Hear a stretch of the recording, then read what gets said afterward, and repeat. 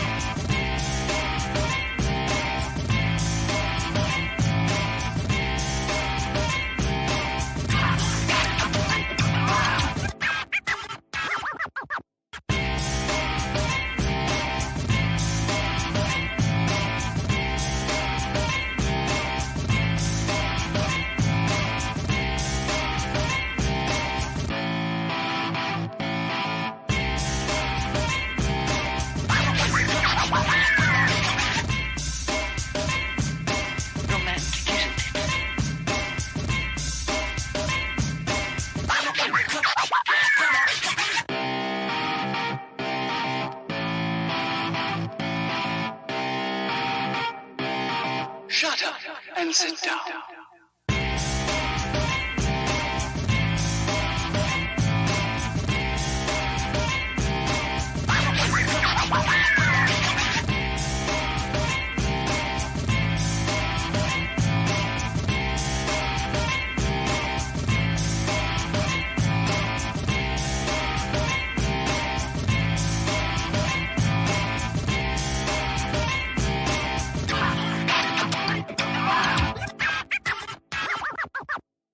Shut up and sit down.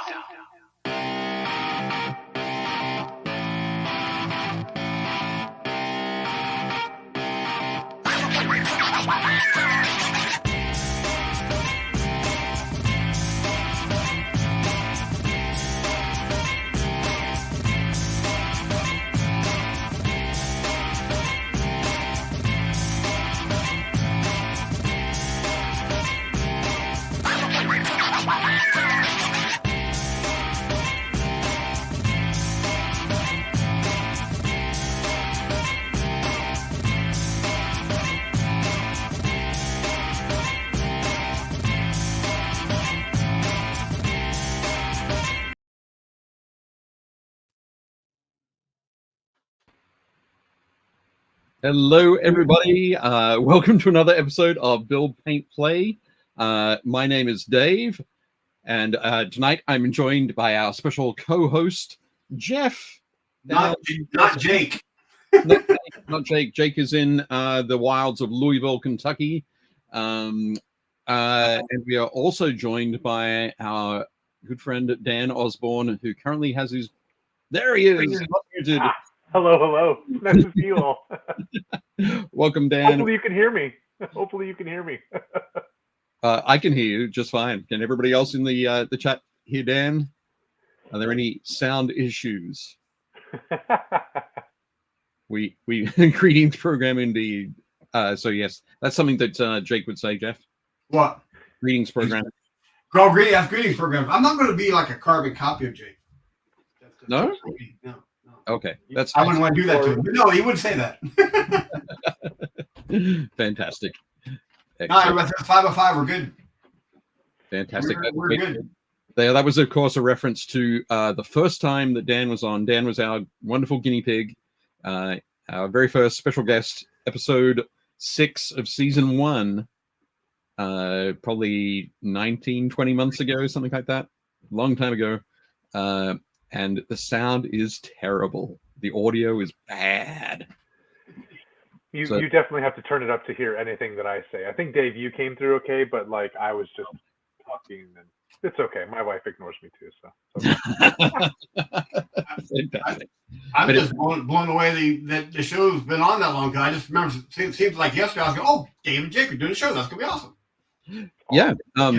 You mean you're surprised that it's still going after that? No, I'm just surprised that the time has gone by so fast. Yep, I'm surprised too. Season 4. We're in season 4, episode 8. How about that? It's crazy. And speaking of how long things have gone by, that can continue by liking and subscribing, guys. Absolutely do that. Hit the like button, subscribe, let them know. Fantastic. Thank you very much, Jeff, for reminding me to do those. Well, not reminding, for doing those things for me. Yep. Awesome. Let's see who's in the chat. So we have Scott is in chat. Dave Hummel is here. Josh is here. Chris is here. Luis is here. Blood Demon Painting is here. Amos. That is Amos, a friend of mine from Amos? Battlefront. Yeah. Fantastic. Welcome, Amos. And I said Matt Bowles, didn't I? Hi, Matt. Jim is here. Fantastic. Jez is here. Awesome. Great to see you all. Very cool. Scott says flight, hotel, and a ton of hobby classes all booked. See yous guys in Washington, D.C. Awesome. Dave says cries and cash strapped and can't go out. Can't go. Got a week off, but can't get the cash flow to go. That's a shame, Dave. Maybe next year. Start saving for next year. Should be great. You don't need kidneys, right? I mean, that's the thing. You don't really. You have two. You need both of them. Yeah. It's handy to have a spare. But... Oh, and Mike Sevilla showed up as well. Hello, Mike. Excellent. Hey, Mike. How's it going? Welcome, welcome. Fantastic.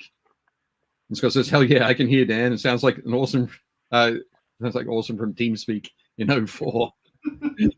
Fantastic. As long as it sounds better than 2022, Dan. Yes. Yes. It's hard not to. Awesome. So we've got we've brought Dan back on to talk about the Nova Open hobby seminars and classes and all that sort of fun things. Dan is the hobby Tzar, who is running sort of coordinating all of the fantastic artists and the seminar rooms that they get to slot into, I guess, and the schedule and doing all that sort of fun stuff, which we will be talking about during the show, which would be super cool. We've also got some fantastic photos from Dan of some of the big stompy robots that he's working on. So it'll be exciting to see those and check those out. But during the show, we'll also take a look at the Nova Open website, and we'll go through and have a quick browse of the hobby seminar going on. So fantastic. I've never been to Nova Open. I'm actually kind of sad I'm missing because it sounds like it's going to be a blast. I've never been there. No, you should definitely plan to come down. If you can't come down this year, come down next year. Yeah, that's yeah. He was really cool. But yeah, It's a lot of fun, and all the people that I've met there, like they're all genuine, good, decent human beings. Like everybody there is awesome. Everybody there is fun. So it's not only you're doing the hobby stuff that you love, but like you're meeting awesome, genuine, good people, and that's amazing, right? Yeah, no, definitely super cool. The team that's running it all is great. They're very focused on continuing to push themselves and push the event, keep it moving forward and getting things right. If there's anything, they're very, very open to constructive suggestions and looking to continue to move it in the right direction, which is fantastic. The venue was great last year, except for the unavoidable snafu that was completely a Hilton issue. The keys, the room keys. Room keys. But the fantastic thing was don't go to your room. Just stay and play more games and take more classes. You're all good. Don't worry about it. Paint more minis and have a few more beers, right? Yeah. Let's do it. Well, what Dan just mentioned about the culture, I kind of noticed that in the industry pretty much altogether. Pretty much everywhere you go, you run into people just like that. And I was having a chat the other day about I had to replace my copy of Rogue Trader, and I was talking about how special the book was, and everybody's going, "Oh yeah, that's when you started playing 40K." So actually, if you think about it, this kind of changed this book changed the direction of my life, because at that point in time, I was an investigator doing copyright infringement investigations. And I started working part-time because I wanted to support my hobby. And the next thing I know, I'm managing stores. And then shortly within a decade of buying that book, I'm working for Games Workshop. And everybody I've encountered, 99% of them are just generally nice people. So yep. that's something. Yeah. No, it's definitely cool. You're right. I think and that lie, yeah. Finding a book that changes the course of your life. That's literally because that's exactly why I ended up in 1997 going to work for GW. So, yeah. That book, Pro Trader. Excellent. Also Mike Sabila in the chat has said I'm going to need to bring a special bag for my art all books to Nova to get them signed. Actually, yeah, Aaron Lovejoy is going to be there. Eric Swinson's going to be there. Kaha's going to be there. Katarzyna Gorska. Who else do we have? Sam will be there, but the book won't be ready. But Sam will be there too. Yeah. Excellent. Is Matt coming out? Matt DiPietro? Not yet. Okay, radio. Maybe next year. Maybe next year. See. Very cool. Stephen Wright is here saying night shift tonight. I want to stop in before I leave and wish everyone a good show. Thank you very much. Have a good one. Hope things go well. Steve is here. Shine Swinging Steve. Hi, Dave. How you doing? Good to see you. And Josh says, hooray for big stumpy robots. Yes. The only one of my vices. Yes. Only one. Excellent. Scott says, the Hilton website crashed at registration too. I booked my room through the Hilton Rewards number and sweet talked my way into the event rate. Good thing too is bedrooms are gone. Yep, definitely. They would definitely be snapped up quickly. But no, fantastic. Hopefully, I don't think they'll have that same key issue this year at all. But even so, don't go to your room. Fine. Just hang out and paint. You'll be fine. Don't worry about it. Okay, so let's jump into the first parts of the show that we will go through and do. So first up, let me get some sharing happening. Let me get this right. Which one is it? It's this one. Are you ready? Fantastic. So, of course, the first thing we do every week is we thank our sponsor, the Army Painter. So this week I grabbed a snap from Instagram where they are working on an arena of escalation. So this is Tyler Mengel's Iron Lord Space Marine commander. Spectacular. It's built off the Iron Father Ferios model, but some fantastic conversion work in there. But you can definitely go in there and so head to the Army Painter blog. You can find that from via thearmypainter.com, and you'll be able to have a bit more of a look at Tyler's Iron Lords that he's working on. I love his work too, Tyler. Like his work is, I've been following him for years. He's amazing. He always has these really great tutorials that you can access, like how to do the schemes with. He's phenomenal. Yep. Yeah, he does beautiful work for sure. I'm not sure if you knew, Dan, but Tyler is now the social media manager for the Army Painter. Oh, really? Oh, awesome. Yep. So he started that late last year, I think. And I think, is he in the U.S. now? I think you mentioned. Tyler's in the U.S. Yeah, for sure. He's in Texas. That's rad. But yeah, they're definitely cool. We also, Mike mentioned before the art of books. So just a little news update for everybody. The art of volumes 7, 8, and 9, the fulfillment for those has occurred. So they've all been shipped out for the US and Canada from Ironheart Artisans, and then UK, EU, rest of the world from shipping from ShipQuest in the UK.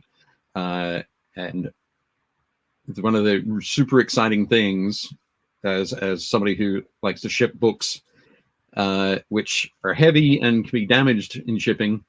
I think we've had three people have contacted us and said, hey, this was damaged out of almost 1,000 packages. So I'm pretty super excited about that. Not bad at all. Means my fulfillment partners, Ironheart and ShipQuest, did a fantastic job with that shipping, which is sweet.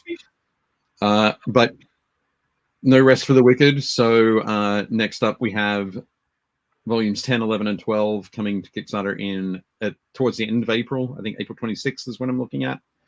And for that, we've got these wonderful painting luminaries. Roman Lepat. who I'm super psyched to work with.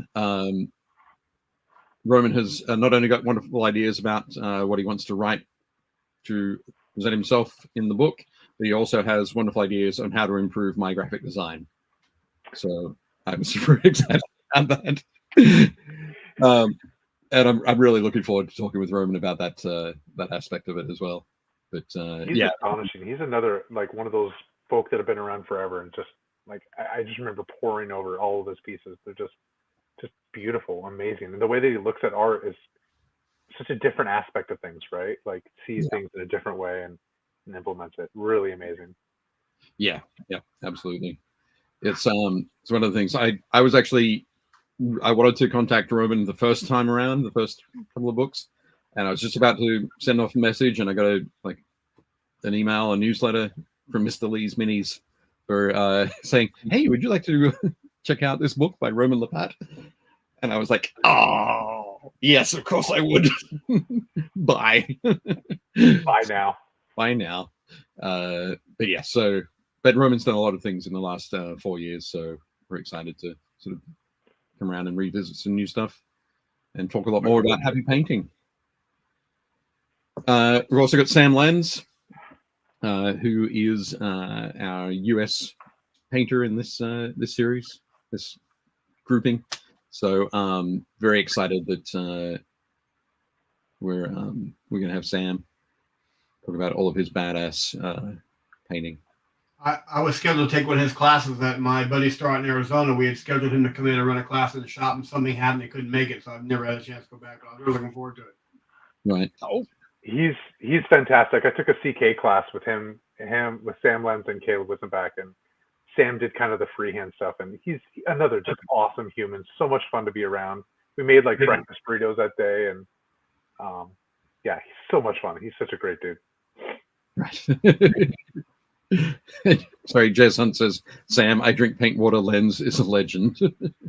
Absolutely. Also noticed that Scott said UPS.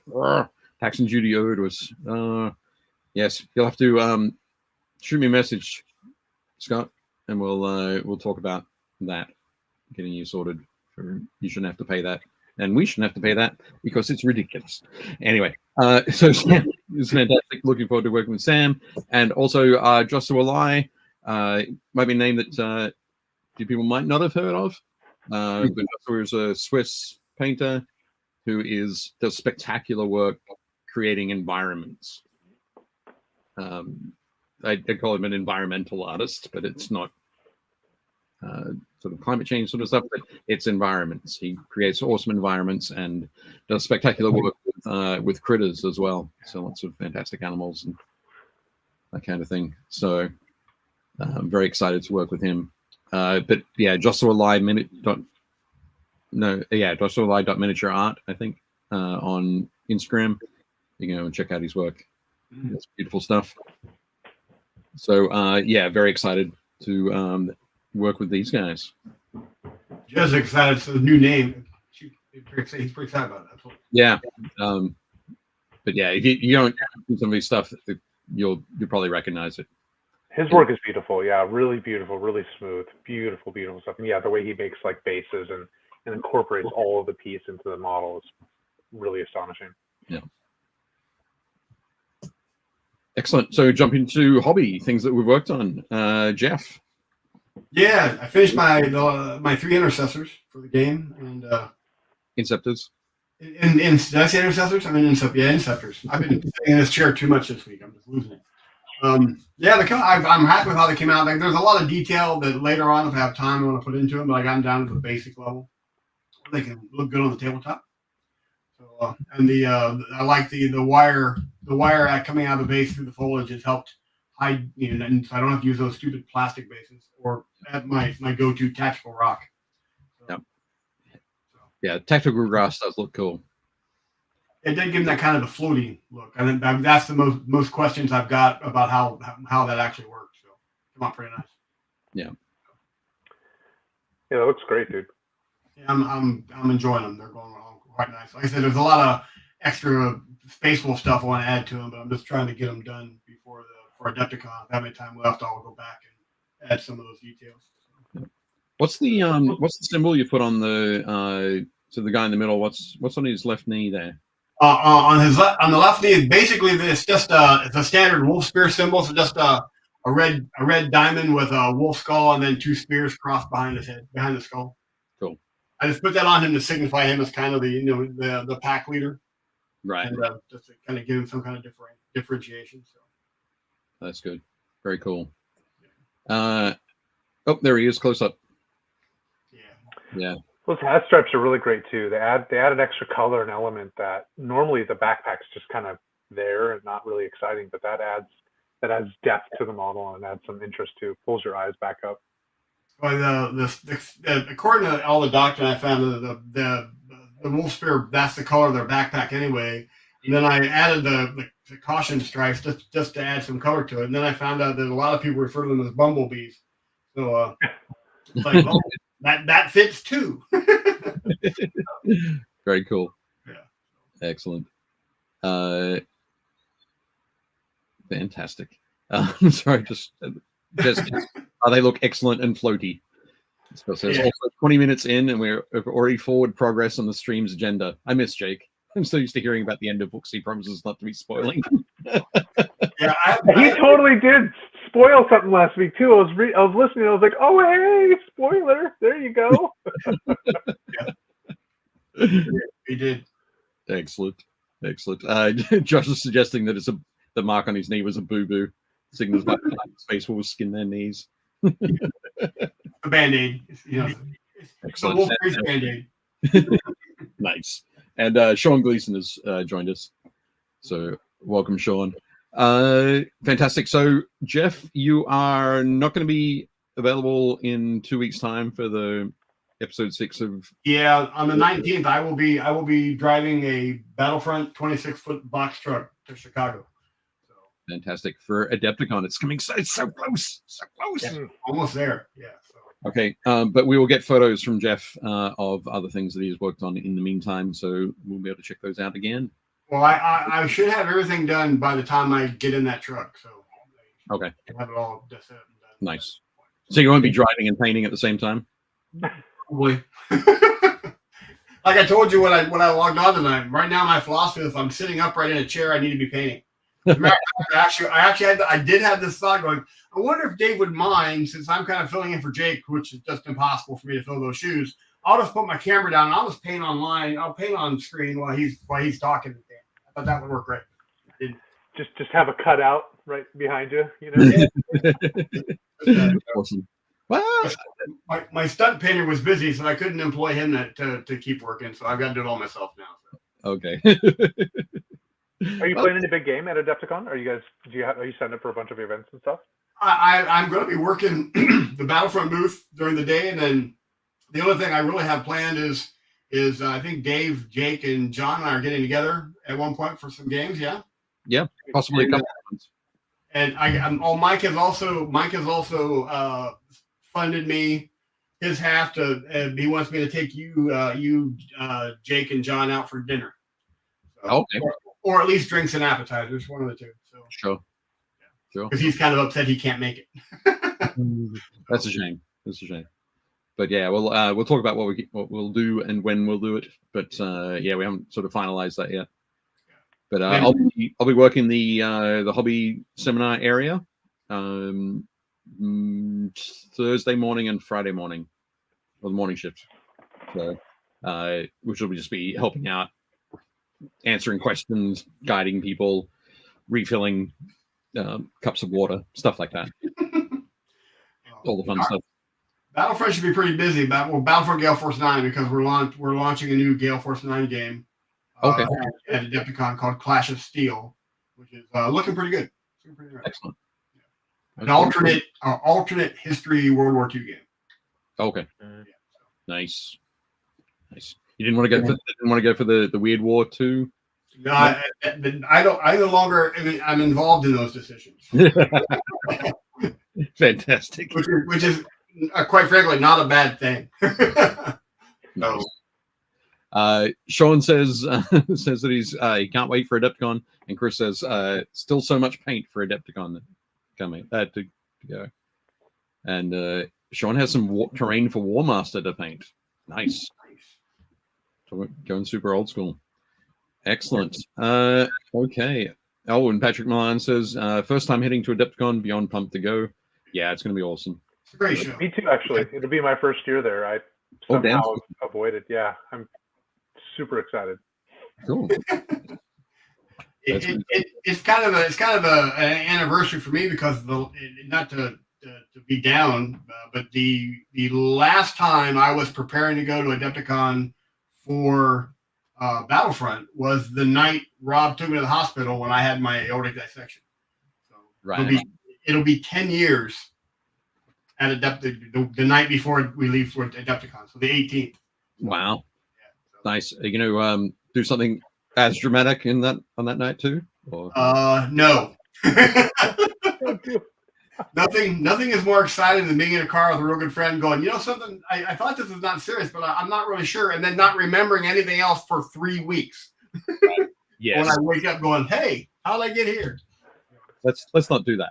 No, I don't plan on it. So. Awesome. That is a whole lot of no thank you. I think. Yeah. Big notes. And the worst part of the whole thing is I have to thank John Matthews for saving my life, because he's the one that made Rob take me to the hospital. Yeah, that's not good. Is it worth being alive, owing John? You never want to be in John's stead. Yeah, no. Fantastic. Okay, cool. I gotta say, like, as someone who's been around GW for so long, like I worked in trade in like the early 2000s, like hearing all these names is like so much nostalgia, and it's I don't know, it's awesome. It's awesome. It's cool to do these things. Awesome at how we've infected all these other companies around the globe. Yeah. It's also nice not to be deeply in fear of all of you anymore. Whereas like before I was young and tiny and scared and like, oh, I'm sorry, sir, I'll do whatever you want. And now it's like, yeah, no, it's cool. Let's talk about those fun times. I was never like that. I was always peaceful and nice and flowery. You definitely were, yes. Oh. You're still scary, Jeff. Yeah, no. that hurt saying. That hurt. Awesome. Cool. So next up, hobby wise, we have oh nope, I pressed the wrong button. There we go. So yeah, this is what I'm working on for my army. I have a chaplain, but messing around with so I kind of on that particular base I have a tactical rock. It's a 3D printed basalt column thing, but I also have sort of energy nodules. I see that. That I got the idea from somebody else on Instagram who I think is actually a customer of Jake's. It's Alessandra Plays 40K, and for her repulsors and impulses, she put them on big sort of swirling energy nodes, which look very cool. So I was like, I'm going to try and do the same thing. So I bought an STL and wrong one. I bought an STL, printed out these sort of energy nodes that have lightning arcing off them, and have put those onto my bases. And the bikes sort of sit up there quite nicely. I'll hold it up to the screen in tiny. Oh, yeah. But so once they're done, they'll look like the jet bikes are hovering over the landscape. Fingers crossed. I think it'll be just enough to sell it. They won't be like perfect, but it'll be all right. So it's a nice opportunity for like some OSL type of painting too. That'd be really fun to add. Yeah. I don't know if I'm going to get them all finished before Adepticon. I know it's not terrible. Because I want to get on to painting my drop pods. So I've got to do that too. Anyway, so the next thing I've got to show, which you saw flash up briefly, is from my little Necromunda gang. So at Adepticon as well, I'm going to be playing a little bit of Necromunda with some friends, and this is Lady Hara, who is Lord Helmwar's daughter. So she's nobility in the Necromunda Spire, but she does like to sort of head down Spire and cause some carnage in her finery. But she's surrounded by a whole bunch of. I took a whole bunch of the navy breaches and the what do you call it? My mind's gone blank. But there's the group of characters from the Rogue Trader kill team. Yeah. Oh, is it the Rogue Trader one? Anyway, Jake would know. I do not. I can't remember. But yeah, some very very cool models there, and I've done some conversions, swapped some heads, swapped some weapons, that kind of thing. And painted them up. Those bases look fantastic. Those look really really good. That yellow with the rust and the bluish color, like that Tiffany's blue color, like that is fantastic. Yeah, it's nice. It's a that particular one is the bright pale green from Proacrol with some Army Painter soft tone over it, then highlighted back. The rust is like a stippled dark brown with a burnt orange kind of color, and then a bright orange sort of stippled on top. Sort of rusty look. But yeah, very happy with how they've turned out. One of my friends, Dave Powell's, usually uses that similar sort of greenish blue. Oh, that's cool. So you're combining, like you and your pals have the same basing themes? Yeah, so he has Lady Credo, who is one of the other big names in Necromunda, and a Escher gang that goes sort of an Escher entourage. Awesome. So the game that we're going to be playing, there's a few others are going to be playing in it with us, but they're the two main characters who are going to be fighting off against each other. So I love when you can do that, when you can kind of play off of each other and start messing with each other, like including dead Marines from your buddy's army. Or I did something for one of my buddies at GW. I did some chaos, those Night Titans, which I think we'll get to. But I started including some Mechanicus, and they were all James Bell's Mechanicus. Okay. He was like, oh no, you didn't. Oh, you're including my army, and that he was like so angry about it. I was like, yes. Yep. If you're able to get inside somebody's head before the game starts, it's always a lot of fun. Glorious. Definitely cool. So yeah, that's what I've been working on. It was a lot of fun to. So the last things I've got to do are to work on her weapons. She has a spear and a sword, but they're forge world resin, so they're both a little bit bent. I've got to heat up some water and dunk them in and straighten them out. But I feel are phenomenal. I when I look at that color, man, I would never think of that color because it looks just so good together. This looks awesome. On the bases, yeah, that's fantastic. Yep. The whole models look great, but the bases just really are just a nice platform to deliver the model. It looks great. The color choices are fantastic. Cool. Thank you. Excellent.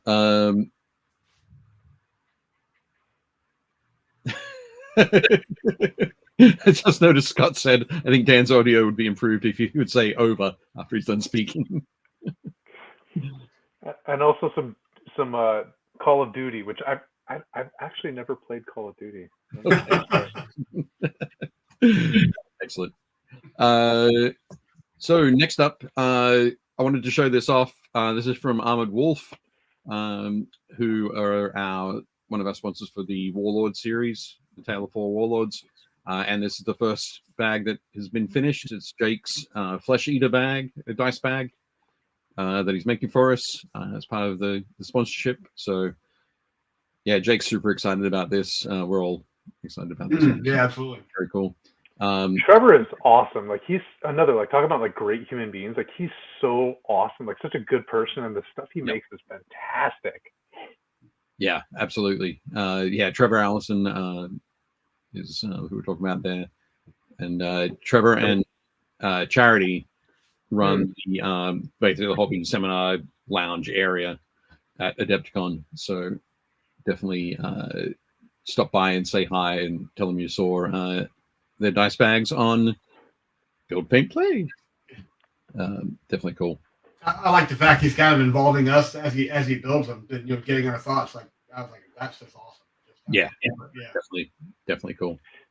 I did one with him for one of my clients for a Chaos Knight army. It's like 20 something Chaos Knights, and I custom ordered one with Trevor, and it was a lot of back and forth and coordinating. Is this the right colors? Is this the right scheme? Is this the right symbol? Like, it was really fun. And when I sent it to my client, he was like, "Wait a minute, like, you made this for me? Like, wow, that's incredible." I'm like, well, Trevor made it for you, but I asked him to make it for you.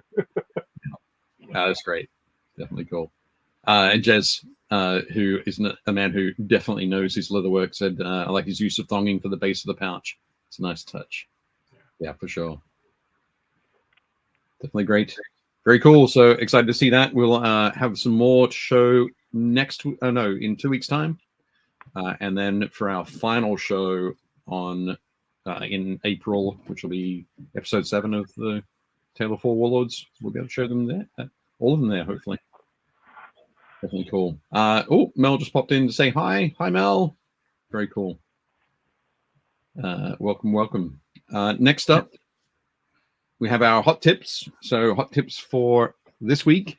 There's some guy who goes by the name of d.osborne on Instagram. I'm not sure who that is, but as well as coordinating a whole bunch of seminars at Nova, is actually running some seminars himself. He's doing one called Nightmare Chrome, the Murderbot Extravaganza. And if that name doesn't get you into a class straight away, I don't know who the guy is, but looking at his work, I think he's got a future in this. I think I really. he might indeed have a future. Rust and Ruin, the weathering class, Grit and Grime, beginner weathering, and Airbrush Alchemy, time-saving tips and tricks masterclass. So definitely cool. Are you excited to be running all of those as well as? I'm super excited. Yeah, I'm super excited. And a couple of those classes I've run at Nova before, I just kind of, and I'll readily admit I used ChatGPT to help me with some of those names and spruce them up a bit. So the Murderbot Extravaganza was, yeah. But yeah, I'm super excited. Like, I think, I was a GW manager for a couple of years, and I was an elementary school teacher, and I just love working with people and showing people how to do things, and all the things that we do. Like, this community it's so much fun to be around and show people and interact with people. So, spreading those tips, spreading those little tricks that we all have that we do to other folks, like that's what it's all about. And I'm really excited. Yeah. Awesome. So you can check out more of Dan's Instagram on at d.osborne on Instagram. There is a link down in the notes below, down in our hot tips section. Also, Valbjorn, who I've been following for quite a while on Instagram, does some beautiful micro sculpting work, particularly on Space Wolves. He's super excited about Space Wolves. And it's great to see that he'll be at Nova Open. He's running two classes at Nova Open. Is that right? Correct. That's correct. Yes. I went and looked these up. I have to see if I can get out of work early on. Well, and actually not go to work on Thursday, so that I can head down on Wednesday night and take his Thursday morning class, which would be fantastic. It's a 4-hour class on sort of. And you get some custom-made tools. Like there's some pieces that he's going to make for folk that are in there as well. So it should be really good. It's hands-on. I had a chance to meet with him before we did the schedule, and again, super awesome human, really nice, really excited, and some really cool stuff. Like that sculpting is amazing. Yeah, I think it's gonna be very cool. But you can check out all of his awesome sculpting work on Instagram, Valbjorn. Again, link in the notes below. Excellent. What do I have next? What do I have? Oh, there we go. Okay, now we're going to get into the meat and potatoes of the show. Finally. So on screen, we have a fantastic photo of the judging team for the Capital Palette, which is the painting competition held at Nova Open every year. Dan sent me this photo because both he and I are in it. Not looking at all silly. But also in there, we've got so Dan, you worked with Vince on judging the apprentice category. That's correct. Yep. Excellent. Then we had Sam Lenz and Will Hahn, who judged the journeyman category.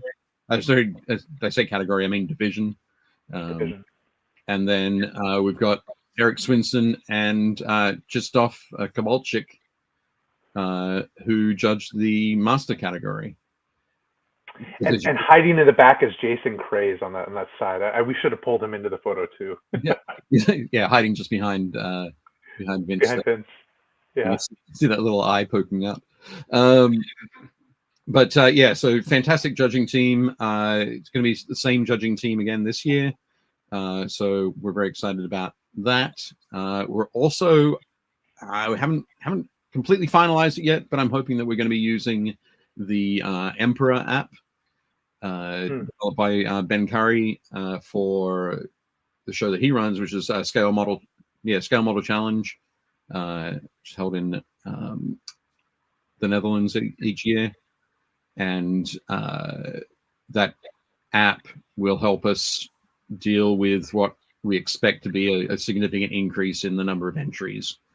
It's already a big increase in entries. We are seeing really, really high numbers already. Yeah, last year we had almost 668 entries. 666, I think it was. Oh, okay. Oh, it went from 664 to 666 when Dave from Anyboard and his friend entered. But yeah, so we're predicting. I expect that we're going to be up over 800 this year, and we're working on an app that will allow the judges to do judging at multiple times. They won't have to be restricted to just the previous judging time, which has normally been Saturday night. If we can get all that done early, that'll be fantastic. It'll be really exciting. I see that Scott asked, does he have to book his Capital Palette tickets in advance or at the show? Yeah, you can get it. Their tickets are online now. You can get them already. You can get them now, but you could also get them at the show. Yep. Oh, yeah, you can get them on site too. He's also extended an invitation to you, Dave, as well. 2 comments above the one you just read. Sorry, say again. He's extended an invitation in one of his comments to you, which are 2 comments above the ones you just read. Wanted to get nasty drunk at 1 p.m. Yeah. Yeah. Good old day drinking and miniature painting. Yeah. Can't drink all day if you don't start at 9 a.m. We'll see, Scott. We'll see. No, I have responsibilities at the show, so I won't get nasty drunk until Sunday night, and then drive home. I won't do that. That's silly. Don't anybody ever do that. That'd be bad. Driving. Next up, so Dan, you sent us these cool photos of this awesome Warhound Titan. Talk to me about this. This is fun. This is actually for Voodoo Paints on Instagram. Inevitably, every client that I have always becomes a good friend. Really awesome. He's like, hey, can you paint a really clean Imperial Knight? And I was like, what? What? Clean and Imperial? Hi, have we met? But it was fun. It was a really cool challenge. Mac, to be really honest, I wanted that challenge. I was like, I've been doing a lot of dirty, nasty, grimy, weathered things. I was like, yeah, let's try this out. Let's see how it goes. When he chose Legio Crucius, which is primarily black and white, and I was like, all right, well, let's throw some reds in there. Let's do some fluorescence, kind of using the fluorescent colors with the Titan just to really pop those OSL elements out. It was fun. It was really good. That base was a nightmare. Okay. Getting like Warhound Titan feet and legs are by far and away the most challenging thing in 20-something years of painting and warhammering that I've ever done. And I've built like 10 Warhounds now, and every single one of them is a challenge. But getting them to fit on a base and like on top of things, like there's that Valkyrie it's stomping on, like that was especially difficult. But it came out cool, and I'm really excited. Yeah. No, it looks absolutely fantastic. I think I don't think. Oh, sorry. Go ahead. I was gonna say I don't think I sent photos, but I kind of broke a rule that I would never paint a cockpit, and I actually did paint the inside of that cockpit. I should have sent you photos of it, but right. No, it's fun too. Magnetize it so it could come right off. You can't really see it, but on the top there's the exhaust pieces. Okay. My buddy Steve Smith from Little Plastic People, he made those for his Warhound, and he very kindly sent me the STL to print out. Okay. Which was awesome. It's such a cool little element to add. Cool. Let's have a look and so we've got these, so we can get a bit of a close up. Unfortunately, we don't have the smokestacks. Yeah, and that was that lion was a stencil that I made with my Cricut. Just doing something fun, doing something extra, you know. Yep. Why not make it a little Lannister kind of looking? Right. So that was the decision you made rather than the client? Yeah, I mean, we talked about it, definitely. He was like, you know, I kind of like this element. I kind of like this element. What about these ideas? And he kind of threw in different, you know. But ultimately, he was also like, do whatever you want. Like, right. I want it to be this Legion. Yep. And that's it. Go. Have fun. When you put that on, were you like, I'm sitting here looking and I just want to reach out and like tap some sponge chipping on there. But he wanted it very clean, so I was like, all right, like, yeah, normally I would just dirty it up, and he's like, no, I want it really clean, like it just came out of the factory. And I'm like, okay, sure, we can do that. It was I had to fight some of my urges for sure. I did use some enamels to kind of tie everything in together. But yeah, it was fun. And it does have a bit of a texture to it too, since it's a stencil. So when you airbrush over it, it has that raised edge. So there's a little bit of a texture there. Right. And those checks were fun. Those checks were super fun. I think that's one of the things I really enjoy most. Yeah. Did you use stencil for those as well? Or tape? No, I just used a piece of tape. I like laid it out and then I cut it in small little squares and just hand applied each square and kind of line them up. Same thing with the big stripes. Just use a piece of Tamiya. You can use painter's tape as well, which I'll be covering a lot of these techniques. I'll be covering in my Nova classes. Okay, cool. Josh says, I have the opposite problem. I paint clean and people ask me to grime it up. No, I do the same thing. Nowhere near this quality, of course, but I don't weather anything because I like it all nice and clean. Just, you know. Yep. Sean says, Jesus, cricket. Of course. I've never heard the word out loud before, but I thought Crycut must be mentally pronounced. Now I'm on board. Listen, I used to be an elementary school teacher, and my students would correct me all the time. Like, Mr. Osborne, it's pronounced. And I'm like, yeah. All right. What's 5 times 7? Get to it, kid. Awesome. I think I also have been pronouncing it Crycut in my head. So maybe I'm wrong. I don't know. No. Cricket makes more sense, but I also was aware that other people called it cricket, and the cricket makes more sense, but it doesn't mean that I don't that I've stopped. I can say for sure that it's decal and not decal. So. Oh no! Don't bring that up again. That was like 3 episodes worth of transfer, decal, or decal. I think when Scott brought that up. Everybody else is wrong. I'm sorry. Yeah. What? Huh? What did you say? What is it? I don't know. Can you hear me? Is my microphone working? Fantastic. Okay. The next image that we have. What do we have next? We have a Chaos Knight. So this is with the crazy teeth all over the carapace. Whereabouts is that carapace from? That's the Forge World carapace, the Chaos Knight's carapace, before they introduced the new plastic kits, which is kind of hard to find, or at least they're not as common anymore because the price is a bit higher. And then the shield, of course, is from James Taro from Taro Model Maker, who, again, another amazing human. Yeah. Oh, fantastic. Yeah, that's part of like a 20-night commission that I have for one of my clients, which is, it's taken a little bit, and I appreciate his patience, but they're coming out really good. Really, really good. Wow. 20 nights. How long does that usually take? It's taken a bit. It's taken a bit, this one. There's like, if you look over here, wait, the other side, there's like the other 10 of them. They're all primed up. Okay. So is it one of those things like how long is a piece of string? Yeah. Okay. Yeah. Well, we'll keep an eye on your Instagram for how those turn out. But yes, Josh wants to know if you do 20 nights and 20 nights. I would say each night They vary, and so over time, like I've been doing commission painting since like the 90s when I started Warhammer. Like I've always had kind of a side hustle or business related with Warhammer. Like I used to buy like all the squats and stuff at my local comic store and resell them on eBay. And then I worked for GW and all that. But I would say each night probably takes around 20 hours thereabout, sometimes a little less, sometimes more. The Chaos nights take a lot longer, exceptionally longer, because all that trim, all the little busted out pieces of spikes and everything, that's just all extra time. They come out awesome and I love them, but they definitely take a while. Right. Excellent. Well, they look beautiful when you do them. Thank you. Definitely excited. Next up.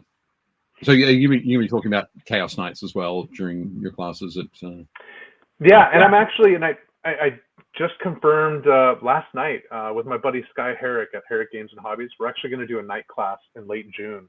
Where we're going to be teaching all the same.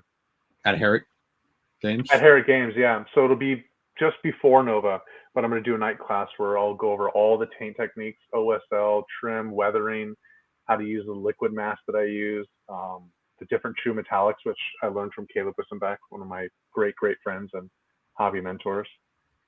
But just all the things that I do, you know, it's awesome how like two people can paint the same model, but they come out so vastly different.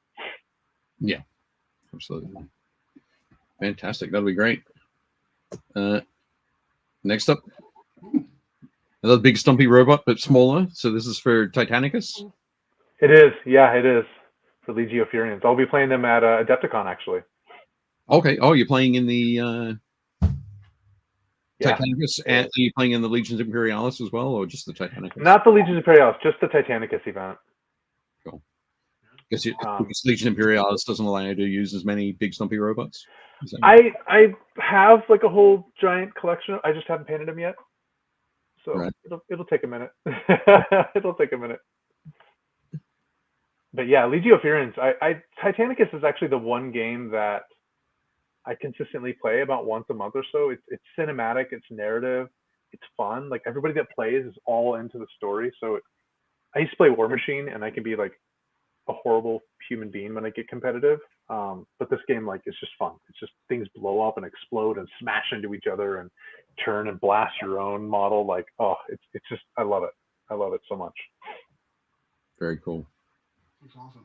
And Jez mentions, of course, the classic flames. Yeah, and I like playing too. Like you can see, there's on this one, there's some knee stripe. There's some striping. So I really enjoy with knights, like just messing with the heraldry, right? Like just messing with different things. Like the flames on the carapace are like the negative image flames, right? So just twisting things up, turning it around. Of course, you can see that it's battle damaged, which on a scale that small is kind of fun, right? Sure. It's a very small detail brush, but yeah, they're just, I don't know, Furians is so bright and bold, and you know, since the moment the rules came out, I was like, I don't know what the rules are, I don't know anything, but I'm doing that. Like that's all I'm doing that one. But it's another thing that Jake always talks about, how the quality of these models, you really have to, like this picture, you'd have to really be told what game that's for, because it could be mistaken for a full-size knight. Yep. There's so much detail there. Yeah, if that card wasn't in the background, you'd be like, oh, is this which scale is this? What's going on? You can't tell, but the book that's behind it is my GW Black book from when I was a manager too. Ah. Nice. Oh yeah, I can see the bottom of one of the gold letters on it. Yeah, Yep. Excellent. Yeah. That's good stuff. Yeah, those Titanicus models, I'm telling you, like, there's definitely some tricks to them, you know, like some people will paint the armor panel separate, some people will paint it all together. I mean, I've painted over 100 knights at this point, so I've definitely learned ways to increase the workflow, you know, just to keep it going, to keep it faster, you know, ways to, and I've made a ton of mistakes too, right? But for those, like, they're a blast. They're just so much fun. They're smaller, so you got to, you know, little different techniques you can apply.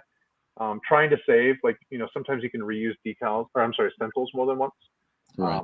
But those tiny stencils, like, forget about it. Like, just use it once, get it done. You know, I got those from Anarchy Models in the UK. Okay. Yeah, super cool dude. I actually like special ordered all of the same size because they fit just perfect, and yeah, they're amazing. I love them. No, that's great. Very cool. Speaking of that, Dan, I do have a question for you. Because we looked at this one, looked at the Warhound, and one of the things I suffer from is I'm a very, very poor planner. Do you like, for example, this guy's got flames, negative flames. The last one had fleur-de-lis and checkerboards and stripes. Do you plan that before you go in, or do you kind of play it by ear as you go?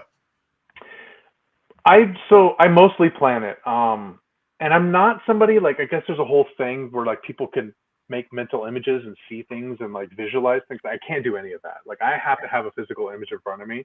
So I'll typically print out from online. I'll print out a little design and I'll start coloring on it, like my kids' colored pencils, and I'll kind of plan it out. And sometimes like when you get to the actual application, you notice that things need to be switched around a little. So sometimes I'll, switch a knee pad or whatnot, but I typically do plan it all out beforehand.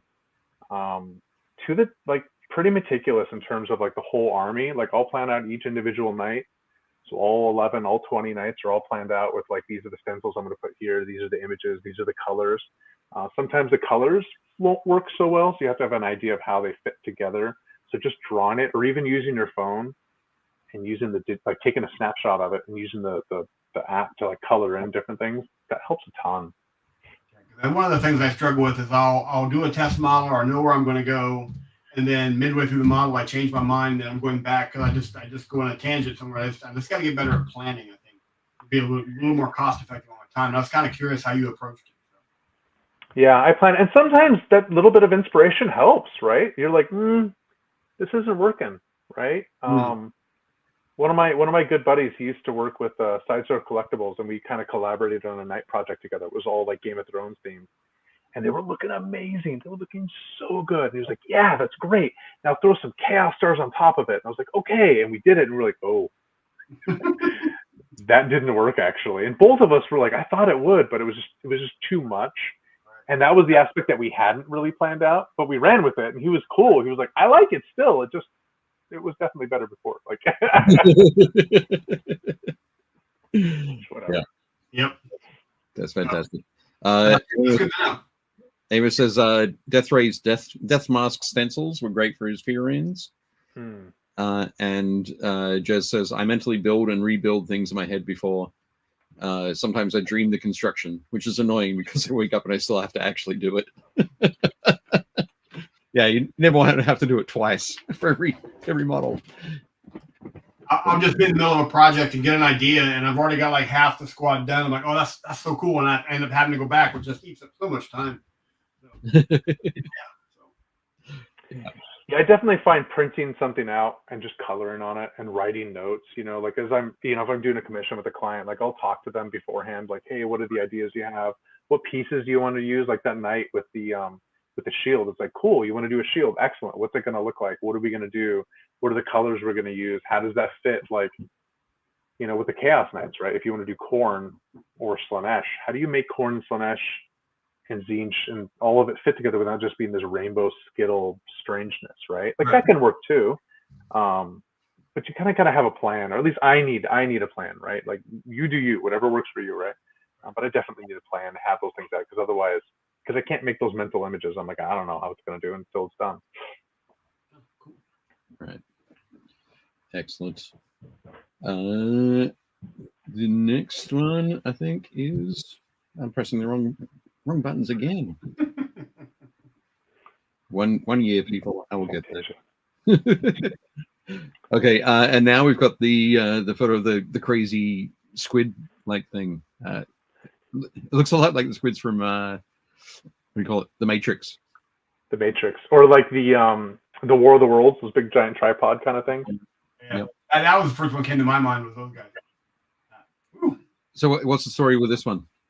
Yeah, so that's a model from Solo Weight Studios. I actually reached out to her and asked if I could use her model for my Nova class, that Nightmare Chrome Murder Bot Extravaganza.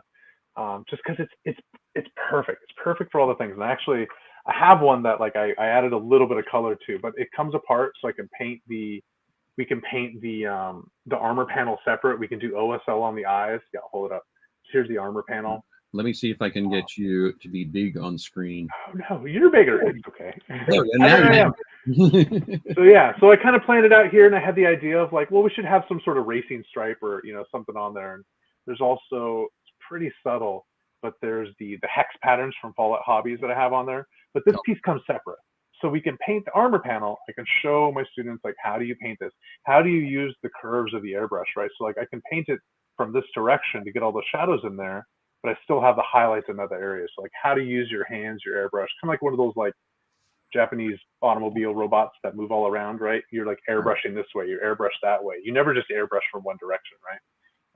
But then it comes separate, so that way we can then paint the actual model itself, and we can do all the metallics.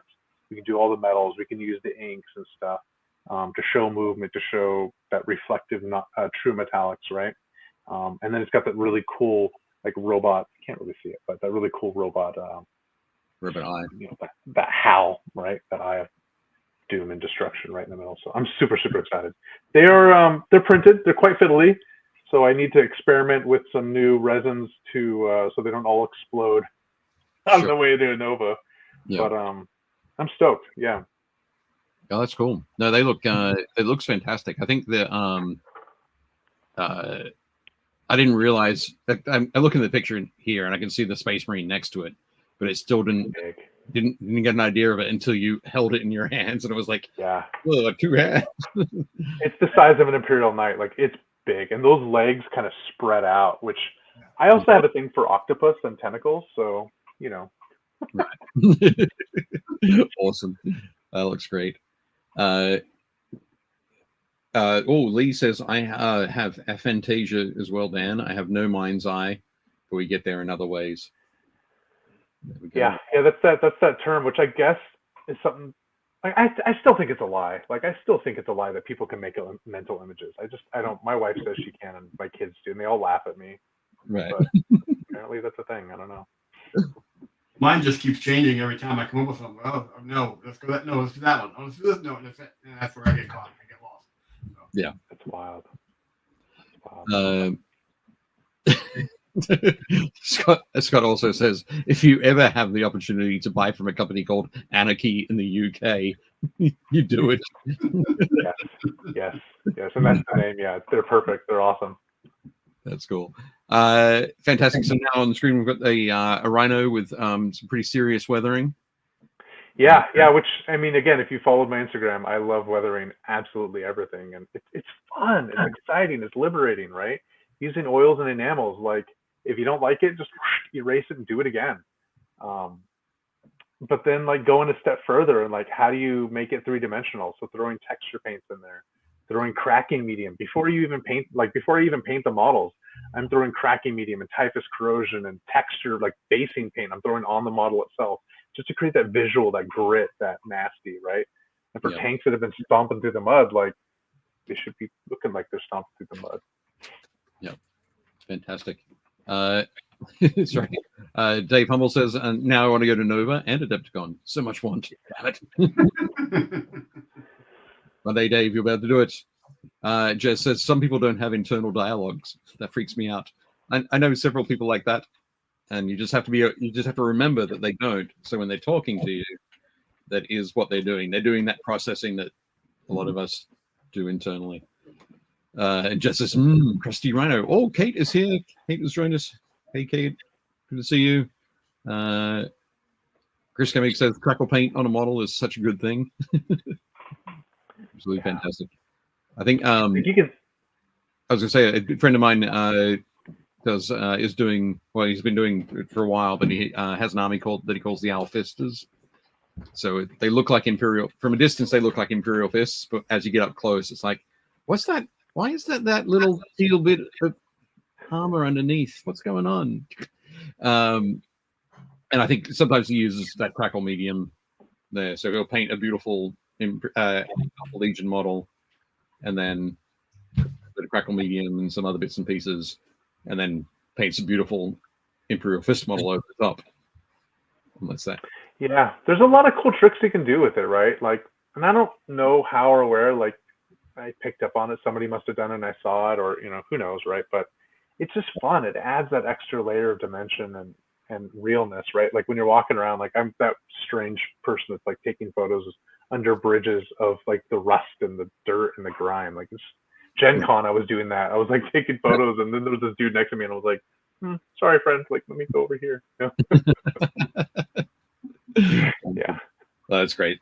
Definitely a good way to do it is to get that. What do you call it? Oh, my mind's gone blank. This is terrible for this.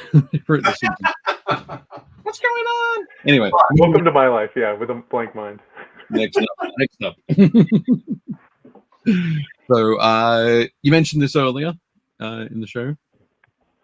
And that is the exact model I was talking about. So that's James Bell's color scheme for his Mechanicus being stomped on by the Night Kaitan. Fantastic. Such a fun model. Such a fun model. That was for my buddy. He was the manager at the Citadel in Texas. He unfortunately passed, Morgan, but such a wonderful human and such a fun, beastly, like it just screams, right? Like just blood for the blood god all day long. Yeah. Wow. Love the colors. Thank you. Yeah, and it's fun. It's again, it's all about using like what I've done, right? Like my techniques is it's all about like finding little ways to do things in different patterns or different methods.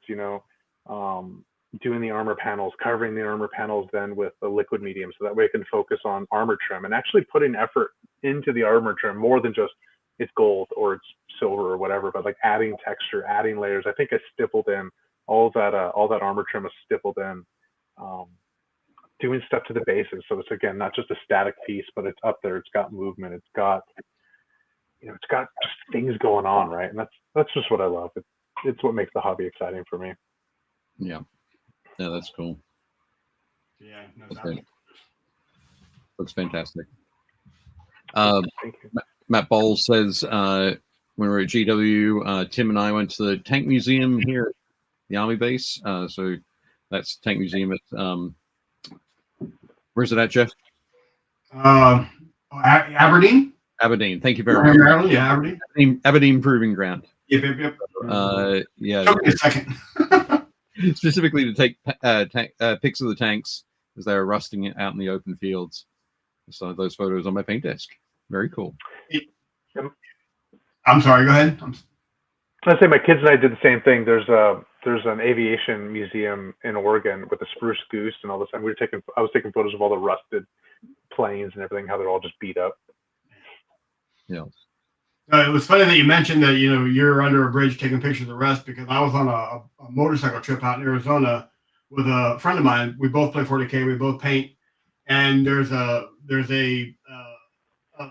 bridge. It's a very weird bridge for Arizona because it's one of the old style bridges. It's just a metal frame, but it's completely all rusted out and it's horrible. And we drove under it, parked our bikes, and we're going to walk to a place off the road.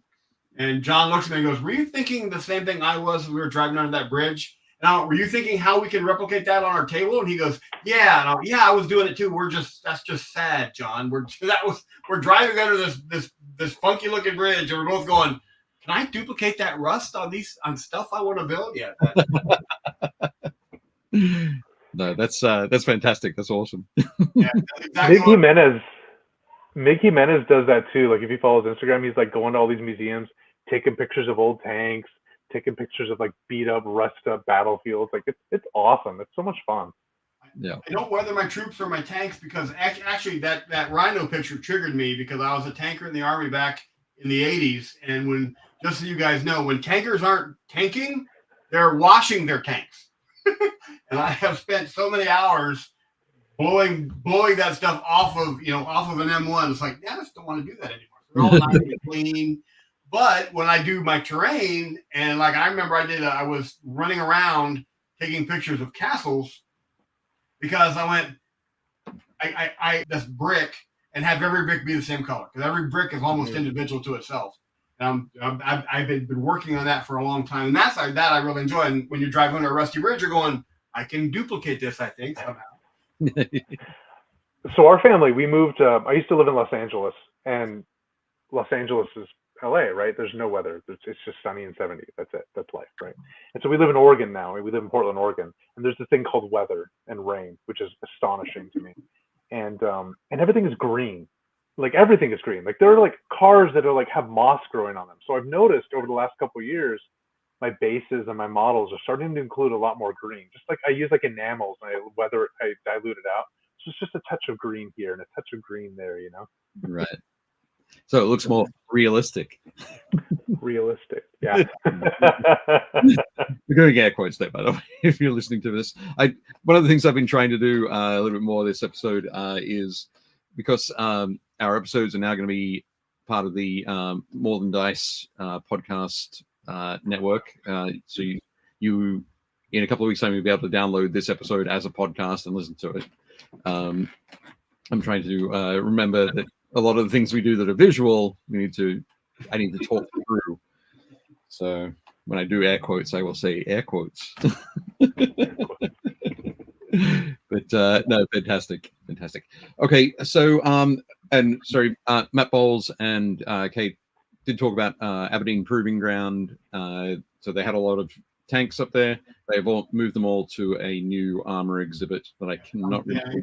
They moved all them out a couple of years ago. Yeah. Yeah.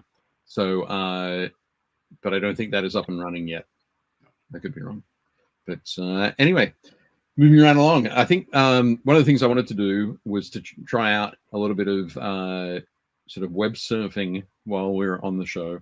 So we're going to take a look at the Nova Open website and take a look through. So anybody who is going, who hasn't booked into for a hobby seminar, can check out all the things that they can do. I just want to make a public service now. First of all, like and subscribe and buckle up. Dave's trying something new. We don't know where we're going to end up. We're going to end up in a terrible pile at the end of it. But we'll see. See, still got it wrong. There we go. Or maybe you got it right. I don't know. It looked pretty good to me. You're right. Yeah, that's true. Oh, I'm sorry. I did a wink there for the people listening on the podcast. Awesome. So, yes, having said all of that, let's look for this.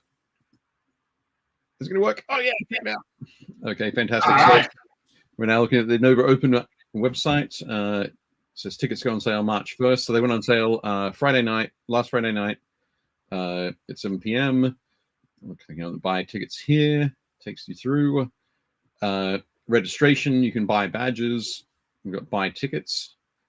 So I'm going to click on the buy tickets. And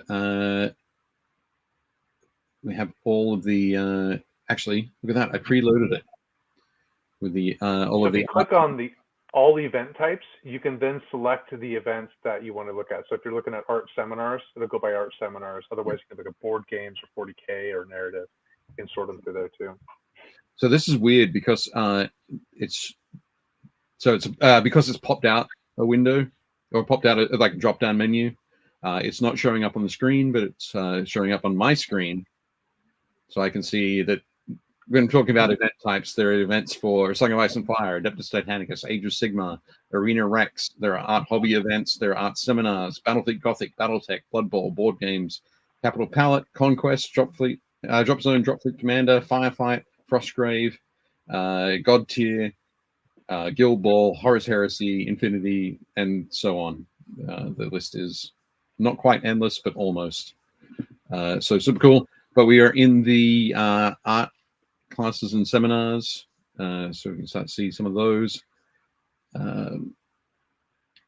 You've got folks like Andy Wardle from Cult of Paint, who's coming along.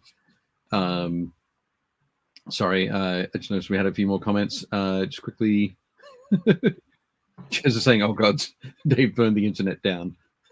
Not quite. Dave Hummel says, "It's close to the wife's birthday. You must come up with an evil plan to drag her to the event. There are a lot of things to do in DC." Just saying. There's a lot of things to do. There's a ton of stuff, and it's really like the hotel is in a downtown area where you can go do stuff, and it's not very far at all. The food there is fantastic. It's beautiful. Absolutely. And Scott says, "How are we not talking more about Dan's disease? Dan, can you picture someone's face if you're not looking at them?" And if I said, "Imagine Dave on a horse," or you just, I usually, or can you imagine it? I can't picture any of that. I'm sorry. Well, maybe I'm not sorry. It's maybe a good thing. Yeah. I'll find a photo of me on a horse and I'll send it to you, Dan. Awesome. Okay, so getting back to the show though. So you've got Andy Wardle from Cult of Paint. So fantastic to have him coming over. You've got Kaha, so Katarzyna Gorska, who's wonderful, wonderful artist and wonderful person. So this is her first trip to Nova. That's correct. We have Aaron Lovejoy. We mentioned Aaron, who's fantastic from Atlanta. His first time. It'll be Aaron's first time at Nova as well. No. Is it not? Was he there before? He was at Nova in 2015? 2014, 2015? It's been a while then. It's been a while. Been a while. Everything before the pandemic doesn't count. That's all like the land before time. Okay. Start over again. Reset the clock. Okay. Awesome. You've got Brush for Hire, so Sean McAfee. It's fantastic. Lovejoy, there we go. I know. Okay, look at that. You can go from again, this drop down menu doesn't work for me all the time, but we can go from maybe. There we go. Okay, we go to 100 items per page. Okay, yeah, this has got. Oh, okay, here we go. All the other things start to drift in there. So I will go back. I haven't destroyed the internet, but I just made the show a little bit more difficult. There we go. Middle game of painting. You got a semi-private. Well, that one's already sold out. Semi-private classes. So Eric Swinson's teaching classes. Val Bjorn. There we go. That's the one that I want to get into. I'll click later on. I will click buy. They'll see me punching my credit card numbers. Krzysztof Kowalczyk from Poland. Krzysztof runs the largest painting competition in Poland called Contrast, which is fantastic. And he'll be his second year out at Nova, which is really exciting. Him coming from Poland, it's pretty good. Awesome. You got David Powell, who's a spectacular painter. Devin Bush. Devin's it'll be his first year, and he's teaching a lot of kind of shorter length classes, but really good stuff and really fun person to hang out with and chat with. Devin. Cool. We got chipping and scratches. Who's running the color theory and paint mixing? I think that one's. I want to say that's Dan Dougal. Hold on, let me look. Let me click on it. Dan Dougal, you are correct. Yep. So that's great. That's another great guy. Dan and Mike Dutcher run the Listening to Paint podcast. Pretty cool. I'm just going to close those two tabs while we're here. Sam Lenz, as we said, Vince Venturella. So Eric Swinson's doing that class 31. Scroll up just a little tiny bit. Color theory for the colorblind. So he's something where he's been teaching so many classes that Eric's noticed that there are a lot of colorblind folk. Talking about something where we see and understand and interpret things differently. Obviously, painting and not being able to see certain colors is going to influence your painting, right? Yeah. So it's his first time teaching this class at Nova. I think he's teaching at Adepticon also, but really interesting concept and opportunity to delve into something that, if you are colorblind or your partner is colorblind, could be something that's really, really interesting and really exciting to see. That's awesome. That's very cool. Yeah. I think, that does feel like it's the first time. I haven't heard of anybody else running that sort of thing. No, awesome. And Eric hadn't either, and we talk about it. We're like, this is odd. Like, probably not going to sell 20 seats for it, but if you sell 5, if you sell 4, if those people can get in and those folks can learn and interpret something new, like that's awesome and amazing. Why wouldn't we offer something like that? Yeah, no, definitely. I think that's one that I definitely want folks to be talking about and talk to their friends about, and spread the word. So there are people out there that we know. We all know somebody who's colorblind and paints minis, but with the Army Painter recently adding their adding the descriptive name to all of their paint colors for Warpaint Fanatics. So of course I have. Oh, here we go. So the Desi yellow is in the strong yellowish brown. If you're colorblind, that gives an indicator of where it kind of fits. Well, we had that at Glen Burnie with Bob. Had a mail order for he was colorblind. Okay. He painted a lot, and he did a really gorgeous goblin army that was kind of a rainbow color. And he had to sit down and plan out his colors and everything else, but it looked fantastic when it was done. But yeah, he was colorblind. Right. That's great. It's very cool to see things like that. We've got Mike Dutcher. I mentioned Mike before. Walking the line. Walking the line, living on the edge. I wonder if that's about edge highlighting. Yeah. Might be. There we go. Fantastic. Oh, there we go. Dan Osborne's Murder Extravaganza.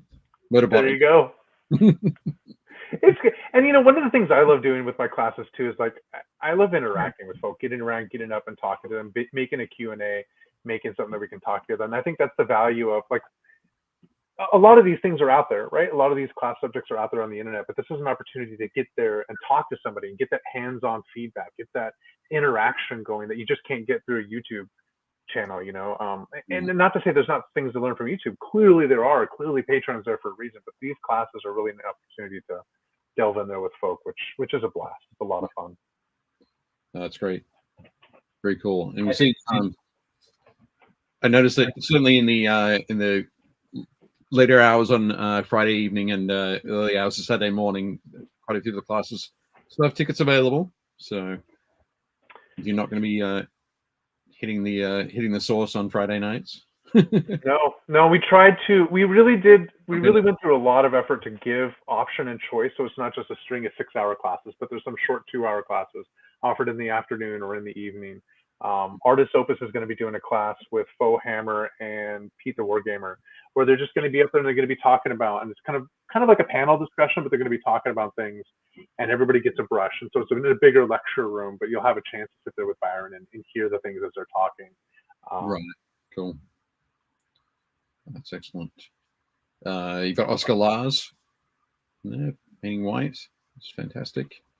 Izzy Sanchez is in there too. He's doing a volumetric lighting with airbrush class, which is going to be really good. And his painting is really fantastic if you're not familiar. Excellent. That's good. I noticed that Sean McAfee, Brush for Hire, is also doing saturated unicorn farts. He is. He also has a class called Click Rocks Go Click Clack or something like that. Yep. I saw that. Sean's a way out guy. Love him. Seth Amson will be out at Nova as well this year.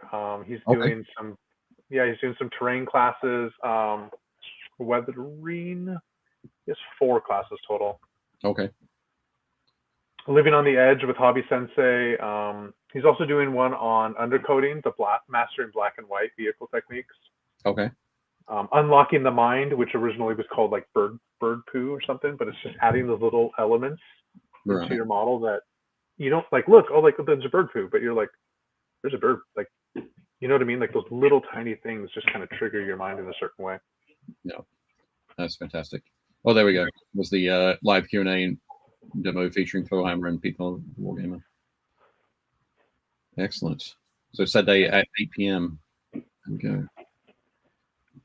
We tried to add some classes that are after the tournament stuff, and it's always a balance, you know, like some folk are like, oh, listen, I don't want to do any evening classes. And then some folk are like, no, I'd like to do an evening class, try to catch those gamers. And it's always hard. Like, how do you get the people that you know you can teach and you know are going to walk away with so much learning, but they're busy doing other stuff, you know, or they're like, whatever, I play for tournaments. It's like, dude, like Byron from Artist Opus, he and I were chatting about it a lot. It's like, if I can just get these folk in my class, sit them down for an hour and a half, sit them down for 2 hours, they'll walk away with so many skills that they didn't even know they had, you know.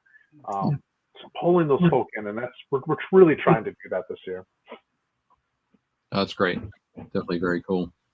So what have we got? 110 classes. Yeah. And some of those at Nova Open. How many do we have last year? It was about 100. One thing that we changed this year is the Capital Palette. So when Capital Palette award ceremony happens, all classes, all seminars, all lectures, everything pauses. Right. Completely and totally. So that way Sunday everybody can go, everybody can enjoy the award ceremony. There is a placeholder ticket. So if you want to be there in person, we encourage you to register for one of those seats because seating will be limited. Like, we've moved it to a bigger area in a bigger room, but we expect it's going to be enormous. But this way too, no one misses out because they're sitting in the class, or I don't have to go and pull Thibaut Rom out of his class. Yeah. Students out, so And he students wins. Yeah. So last year at for the Capital Palette award ceremony. Oh, let me go back. I am gonna talk pre-COVID, just for a second here. But pre-COVID would usually have the award ceremony at like 4 p.m. on Sunday, which you go from 4 till about 5:30, and we had that in the lounge area.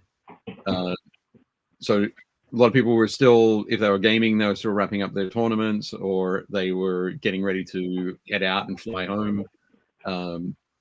So we never had everybody there for that event. Last year we did it at noon, 10, I think. At 10 to 2, or 10 to 12. It was 10 to 12. As early as 10. Oh my goodness, I must have woken up really early on that Sunday. But so from 10 till 2.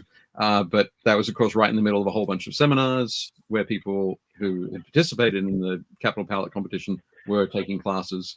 We knew that Thibaut had won best overall, so we wanted to make sure that he was there. But he was in the middle of teaching a class, so we had to pull him and his entire class to the ceremony. This time now, we're planned. We have it. There are no classes on when we're doing the award ceremony. So excited about that. I think we're doing, so that's going to be from like noon till 2, I guess. Yes. Let me double check.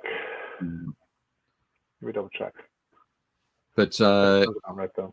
Yeah, fingers crossed. It'll mean that everybody who wants to be in the seminars can be in the seminars, and everybody wants to be at the show. 12:30 to 2:30. 12:30 to 2:30. Okay, fantastic. So I'm super excited about that as well. So. Yeah, and I know I've spoken to Dan Athensaw, who's my colleague who works with the Capital Palette, talking about how the judges, how we can give feedback to folk afterwards, and how we can be available. So that's something that we're working on as well. And also too, just with the classes themselves, for example, the semi-private classes are in a different room this year. So that way we have a whole room that we can schedule more classes at different times. We have a panel and seminar room, so we can do lectures and panels and seminars with some folk. And I know we've got some of those coming out, like Gutierrez from Infinity will be out, and some other folks as well. We're doing like a whole game development panel. Oh, wow. We're adding lights too. So the idea is that I think we're going to do about half of the classrooms this year and the other half next year, but we're adding Game Envy, those hobby lamps that they have with the arms. This we'll one have those for some of the classes. Yeah, there you go. There's one back here on that table there. I just don't have it lit. Yeah. Yep. They're good lamps.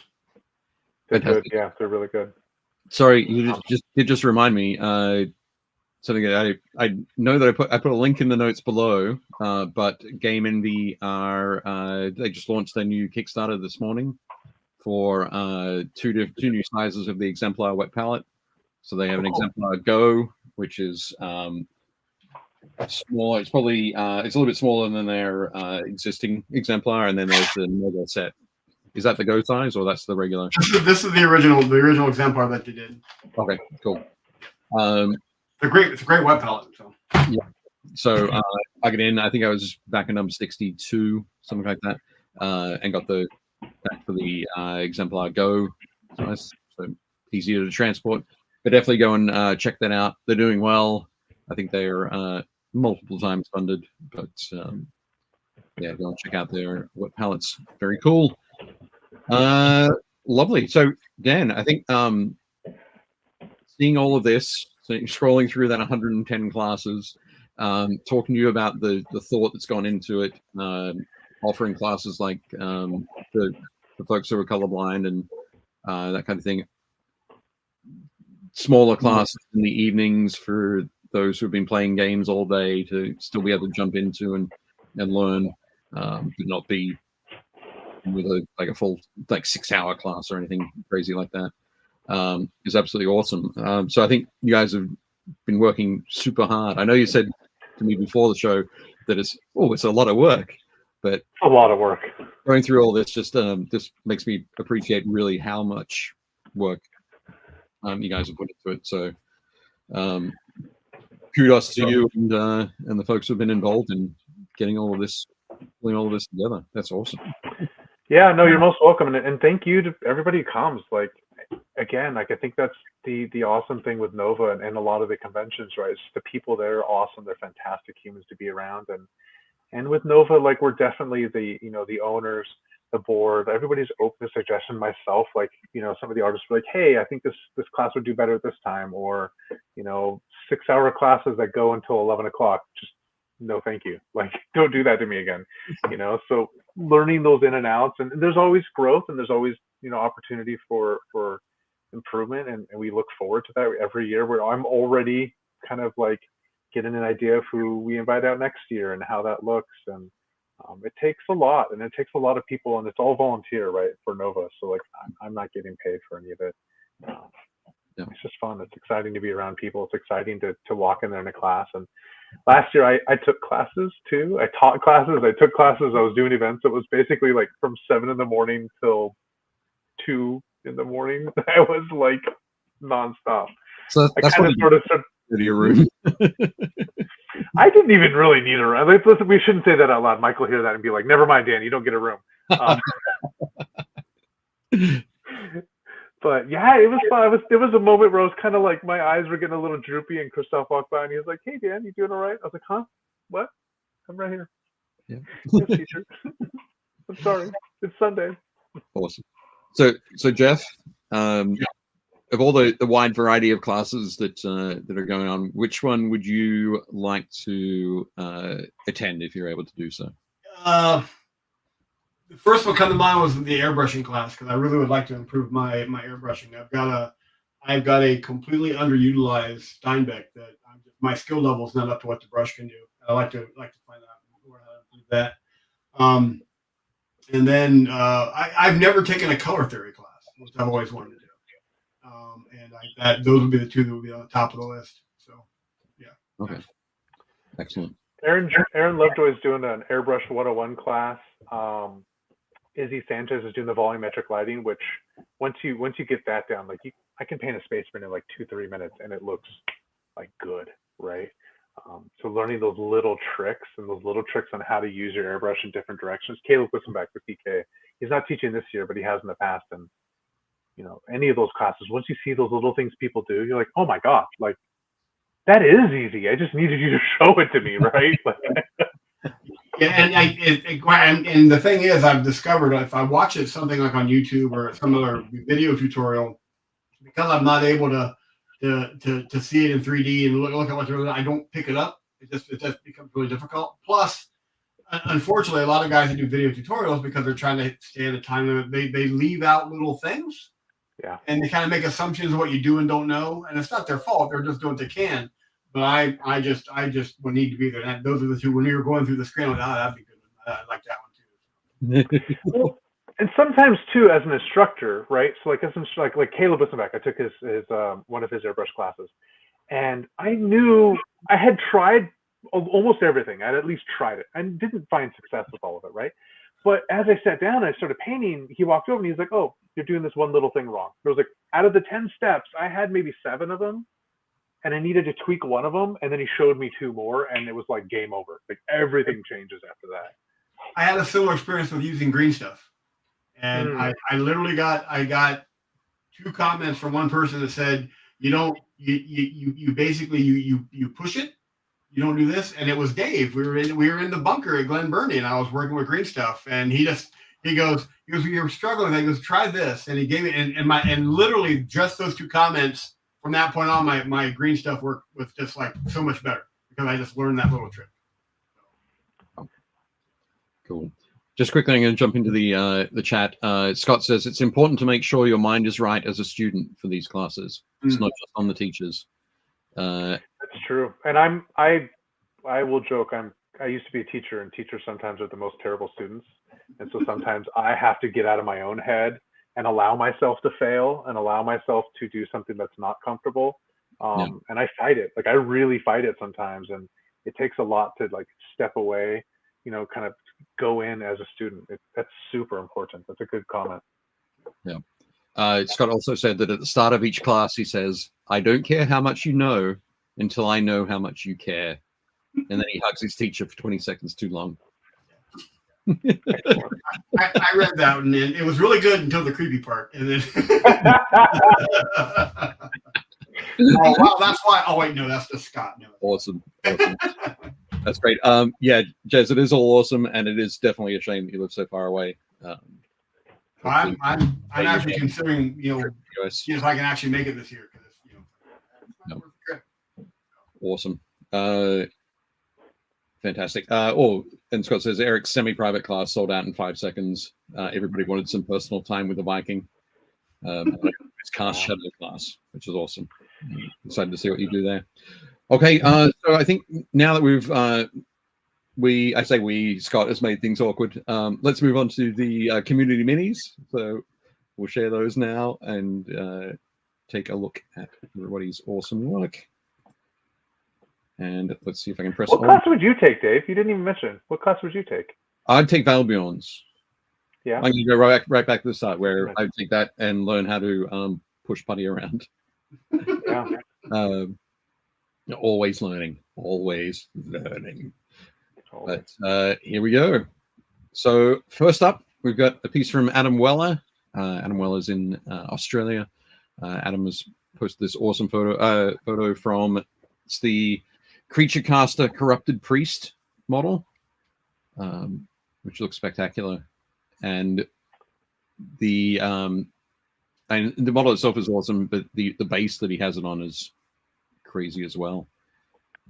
I think that shadow underneath the leg, that is awesome. Yeah, the lighting on this is spectacular. The volumes and beautiful. Yeah. Very nice. I think somebody on the Facebook group suggested that the basing looks like the basing from the remake of 13 Ghosts. Oh yeah. Which, yep. And Creature Caster does some phenomenal stuff, and that's just gorgeous. The whole that thing is beautiful. Yeah, it looks great. Then Eamon said I love how all of the colors show the motion of the mini. Absolutely. There we go.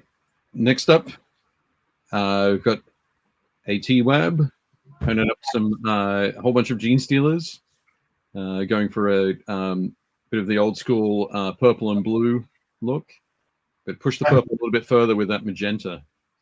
That's actually Amos, the Blood Demon painting. Oh, okay, it is. Okay, cool. Amos, excellent. And that green works super well. It's not like that weird Joker, strange, it's this color green and that color red. It's not Christmassy. It's not none of that. That works. That's nasty, right? Tentacle mouth. Yeah. Well, that's the Yumgal. Yumgal Gene Stealers. They've all got those lovely tentacle faces. Well, we're kind of used to the pink flesh with the blue carapace because that was kind of the base color for Steelers for the longest time. But that color he chose just really pushes that up a level because it's that magenta, that darkness. It's just a lot different. It just changes it just enough to make you look, oh wow, these are nice. These are great. It flips it, right? It flips it. So you're not looking at the armor as the bright part, and the skin is more. Now you're looking at the skin as the bright and intense, and that pulls your eye more than the carapace, which is more subdued in background. Yeah, absolutely. Looks fantastic. And Amos also posted this Necrosphinx, which is looks fantastic. So I love the texture on the jade body, and that's wonderfully different from the rest of the piece. So all of the bone, the gold, the jade all have those different textures. So very exciting there. Amos is struggling with the same thing I was struggling with. Since Old World come out, it's been a major distraction. Fantastic. A couple of the buddies in my game group, Justin Kiefer is one of my pals, and he's been like, "Oh, I'm pulling out all these old models that I have. Oh, great! I still got them all. Excellent." Yeah, that is cool. But yeah, the Necrosphinx and the War Sphinx are that's just an awesome model. I loved it when it released, but I'm glad that there's going to be so many more of them on the tables. Yeah. Amos was all in the epic. That was all he talked about, and then Old World hit, and now this is it. He's just It's all Tomb Kings all the time. yep. But no, fantastic. Next up, Bing Lee. Bing has been super energized by the announcement that Guild Ball is going to be getting some support again from Steamforged, and he painted up. He's working on a miners team. I think we saw the big drilling machine last week. Here are a couple more. There's going to be Guild Ball at Nova this summer too. Yeah. Okay. Cool. Yeah. Learn to play casual event. Yeah. Oh, that's cool. Very cool. But no, I've always wanted to try Guild Ball. Yeah. He's looking great, Bing. I love the that griminess that they got. Yellow works too for like dirty, nasty weather things. Like yellow works because it pops. It's bright, but it's also dirty and mangy and like yeah. Yeah, you can dirty it down a lot for sure. No, it looks great. Awesome work, Bing. Next up, we've got Caleb. Caleb's been playing around with some Dark Angels, and he's been really enjoying pushing his contrast on these. Wow. You can tell. Yeah, it's so, and he does them so quick too. It's awesome to see how he does that stuff. Yeah, looks fantastic.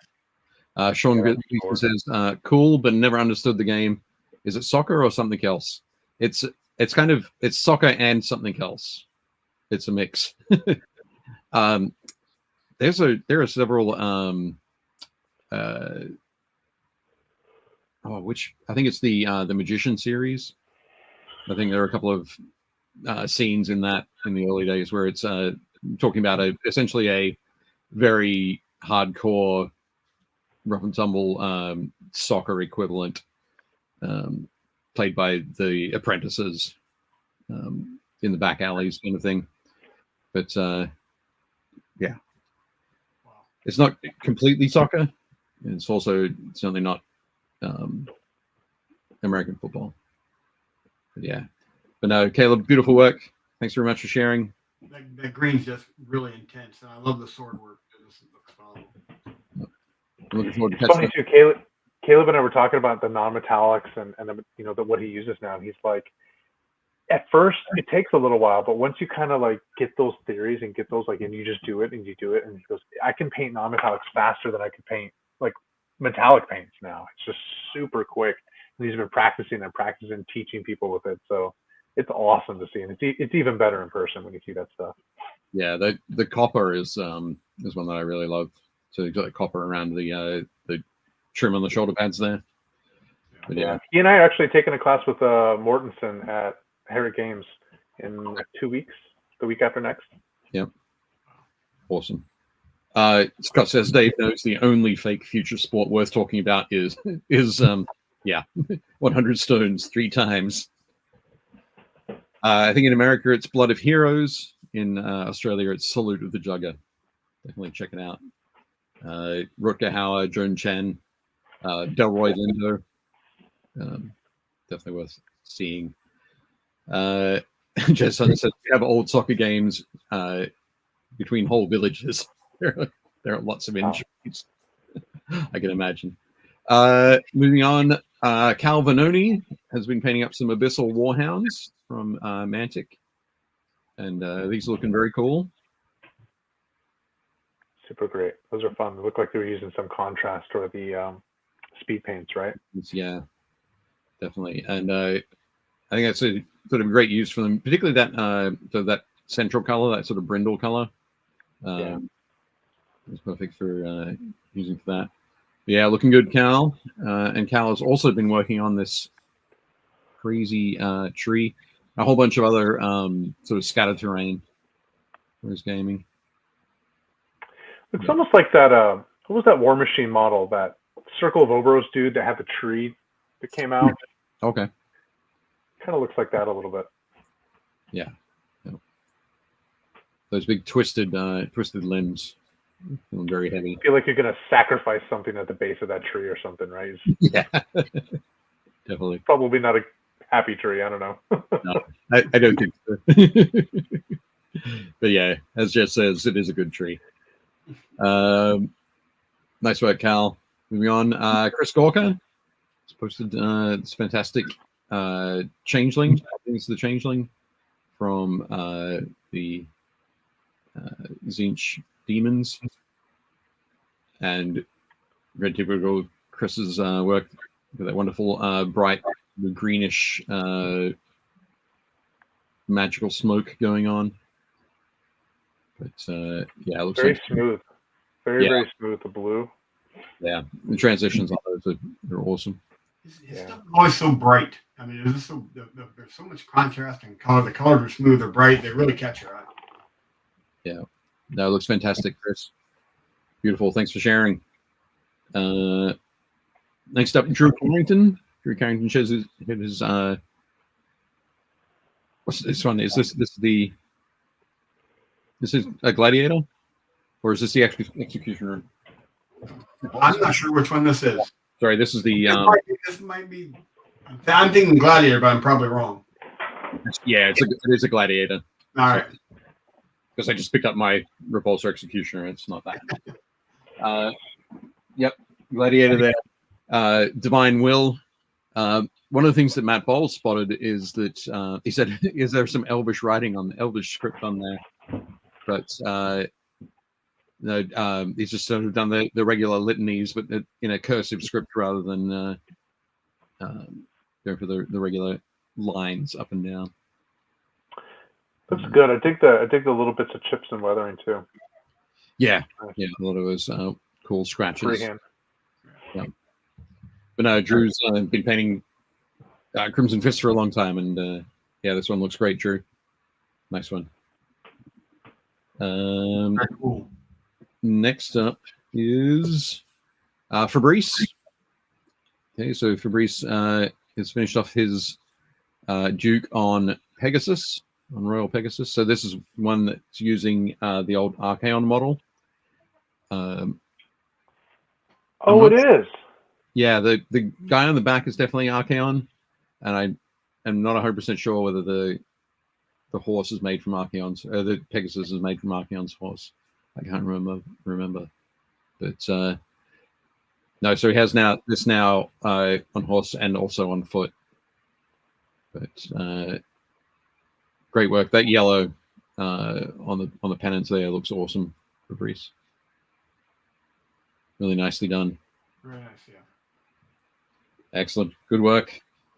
Looks great. Next up, Jason Dyer posted his this is his final unit of Rough Riders for his Imperial Guard army that he's taking to the, I think he's taking this to the 40k friendly at Adepticon. But it is he has a lot of Rough Riders in this army. It's been really kind of nice watching every time he posts them up. They look fantastic. Yeah, yep. It's like, oh, there's another 10. Oh, and another 10. And another 10. and his shots are always really creative as well. So this is actually really brilliant. I like that. But these Rough Riders are from the Project Warhorse from Victoria Miniatures, with some Deathcore Krieg heads. Victoria Miniatures makes some cool. They have a lot of female guard pieces too, don't they? Yeah. Yep. Yeah, that's fantastic. I absolutely love that stuff. Yep. So I think at the show, we learned last week from Patrick Keith that Victoria isn't going to be at Adepticon this year, unfortunately. But I think her minis will be available from the Trenchworks booth. So you'll be able to check them out there. But yeah, beautiful work. Nice one. Looking forward to seeing you at the show, Doc. Next up, so Kelly Rowe just painted up this mini from Marvel Crisis Protocol. So what was that, Jeff? I said down. Yeah, the Crisis Protocol looks great. Fantastic. Yep. I'm trying to remember the name of the character, but it's eluding me. I was just realizing I've shut down my Facebook page, so I can't get back and check it out. That's right. The Enchantress. Okay. Fantastic. Yeah. Thank you very much, Dave. Yeah, I'm failing miserably at replacing Jake because he would have known that off the top of his head. Yeah. I'm not going to say you're the worst, Jake, but I'm sure there are worse Jakes out there. Maybe I'm doing my best. But yeah, oh, Kelly's in the chat. Fantastic. So it's the Enchantress. It is indeed. Fantastic. It's great work. Yeah, it looks awesome.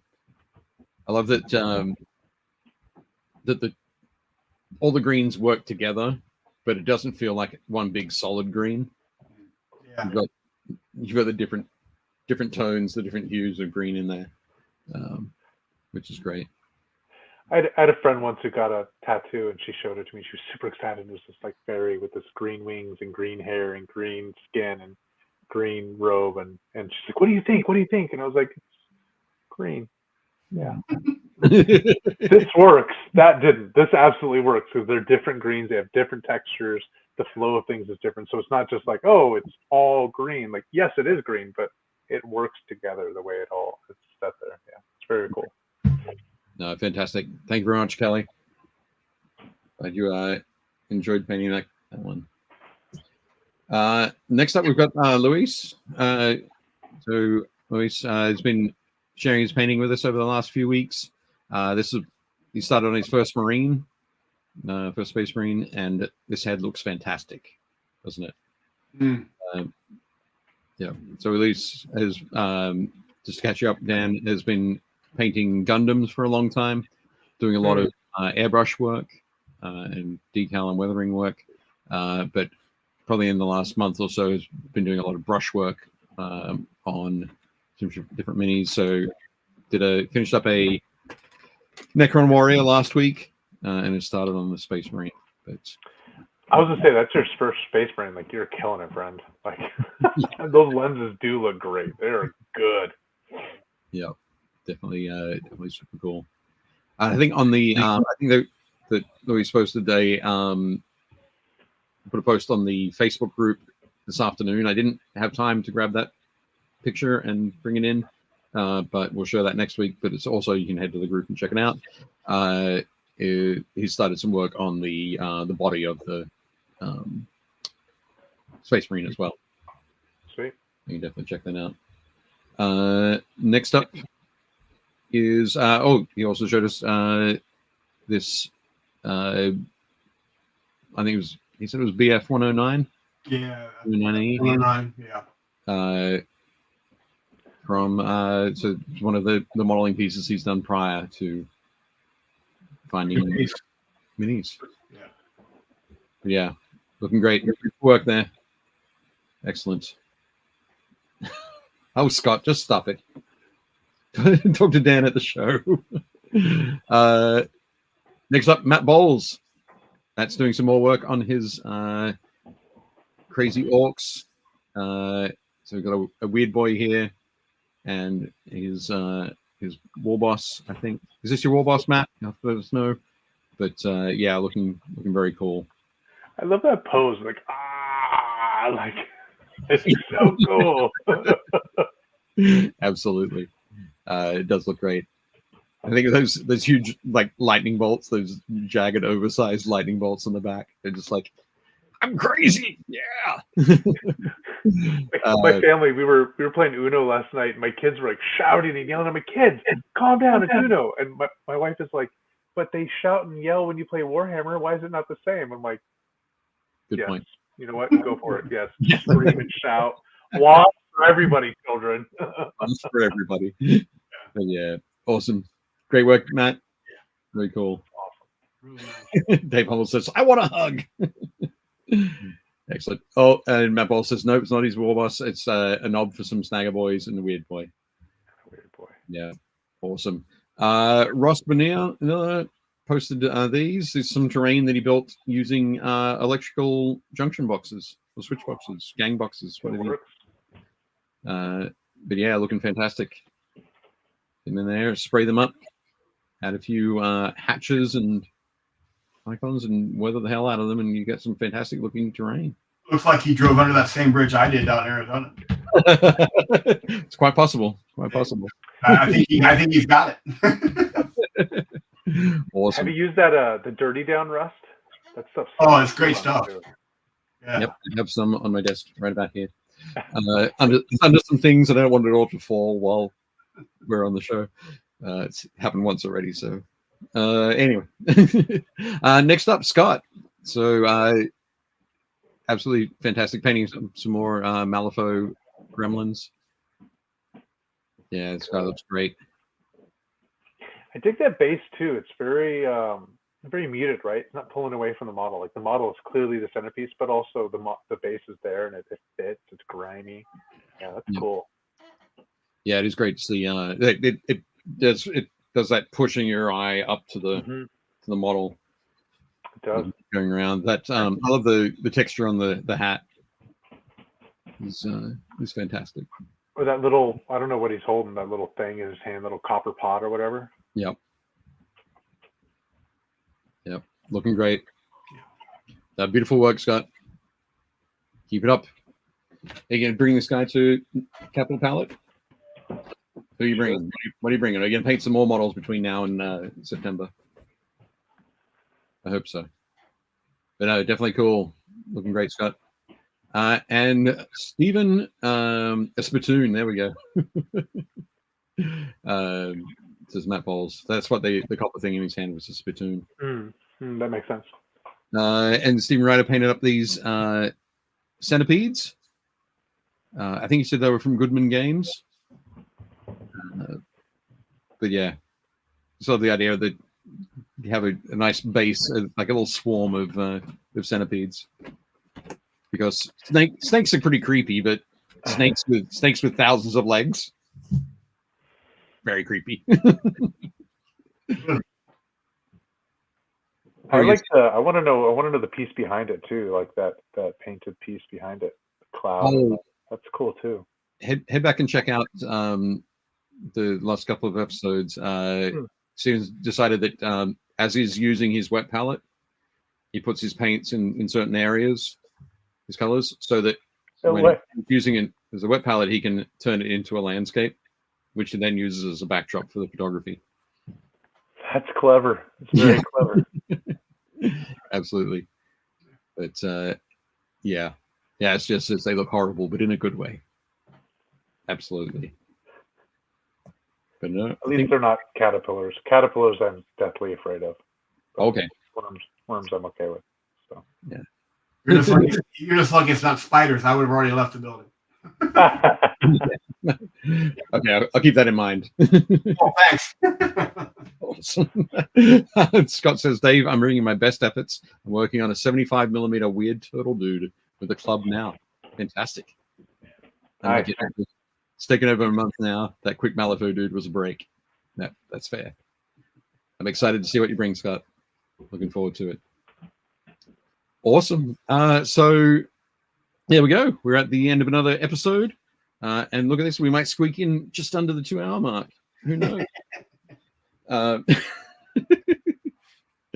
I want to say thank you very much to Dan for joining us tonight and talking about not only your own fantastic hobby, but all the many hours and the hard yards you're putting in with the Nova Open team to bring all of these wonderful artists to the show, to be able to share their knowledge and help people advance in their painting.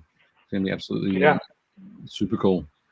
Yeah, we definitely look forward to seeing everybody, and please come out. There's a ton of stuff. There's a ton of classes that still have spaces, a ton of new artists and great events. So come hang out, enjoy, and a lot of fun. Jeff, you should come out. It'd be really great to hang out again.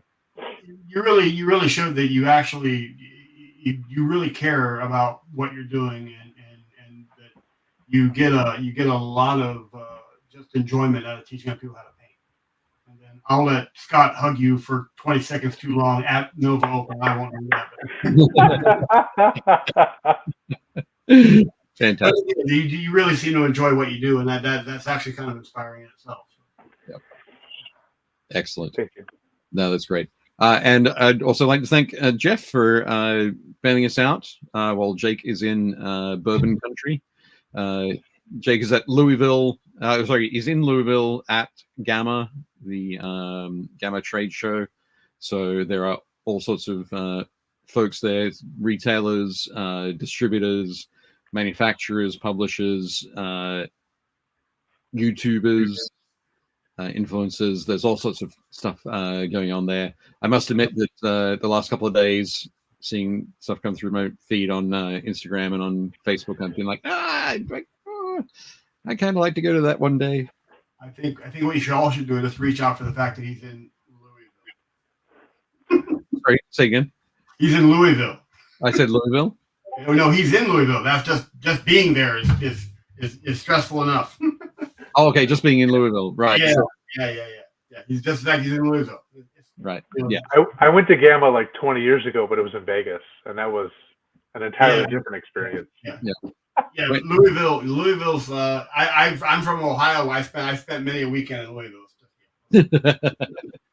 Excellent. I've been to Gamma once, and that was 15 years ago in Vegas. I've been to Gamma a lot. Right. It's a good show. It's an interesting show. It's actually a really well done, but it's still a lot of work. So. Yeah. Someone's knocking on my studio door. Okay. Excellent. Well, it looks like we have managed to just push it over the 2 hour mark. So thumbs up, guys. Fantastic. Thank you very much, guys. Thanks also to the Army Painter, our season sponsor. Next week, we will be talking with Ben and Connor from Black Site Studios. We'll be talking about making terrain. We'll be talking about sculpting minis. We'll be talking about making games, all sorts of cool stuff, all on the way as we prepare for our trip to Adepticon. So it should be super cool. Looking forward to it. Thank you very much, everybody, for joining us. Unfortunately, Josh isn't, he's had a long day at work. He won't be streaming tonight, but don't forget, every Tuesday after we finish, Josh is usually streaming on Twitch. But and JP Got Rockets. I think that might cover everything. I probably missed something else. Don't forget. I know I let you down on the Jake part because he normally closes up the show. But where you were dealing with your kids, Dan, prior to the show, I'm dealing with my grandkids at the end of the show. Awesome. So we'll let you go and see them, Jeff. Yeah. Are you ready to roll us out at the end? If I can remember, I always actually chuckle, and I'm paying the price for. I always actually chuckle where you and Jake try to do it in sync, and usually get it wrong. And I'm now paying the price for every time I giggle when you don't. But remember, again, thanks to the Army Painter, our sponsor, and it's been a lot of fun. Thank you for inviting me, Dave. It's been a blast. I've had a good time. I hope I haven't let you down too badly. But remember. As we work towards Adepticon and everything else we're working for, always remember to build, paint, play. That's harder than it looks. Good bro.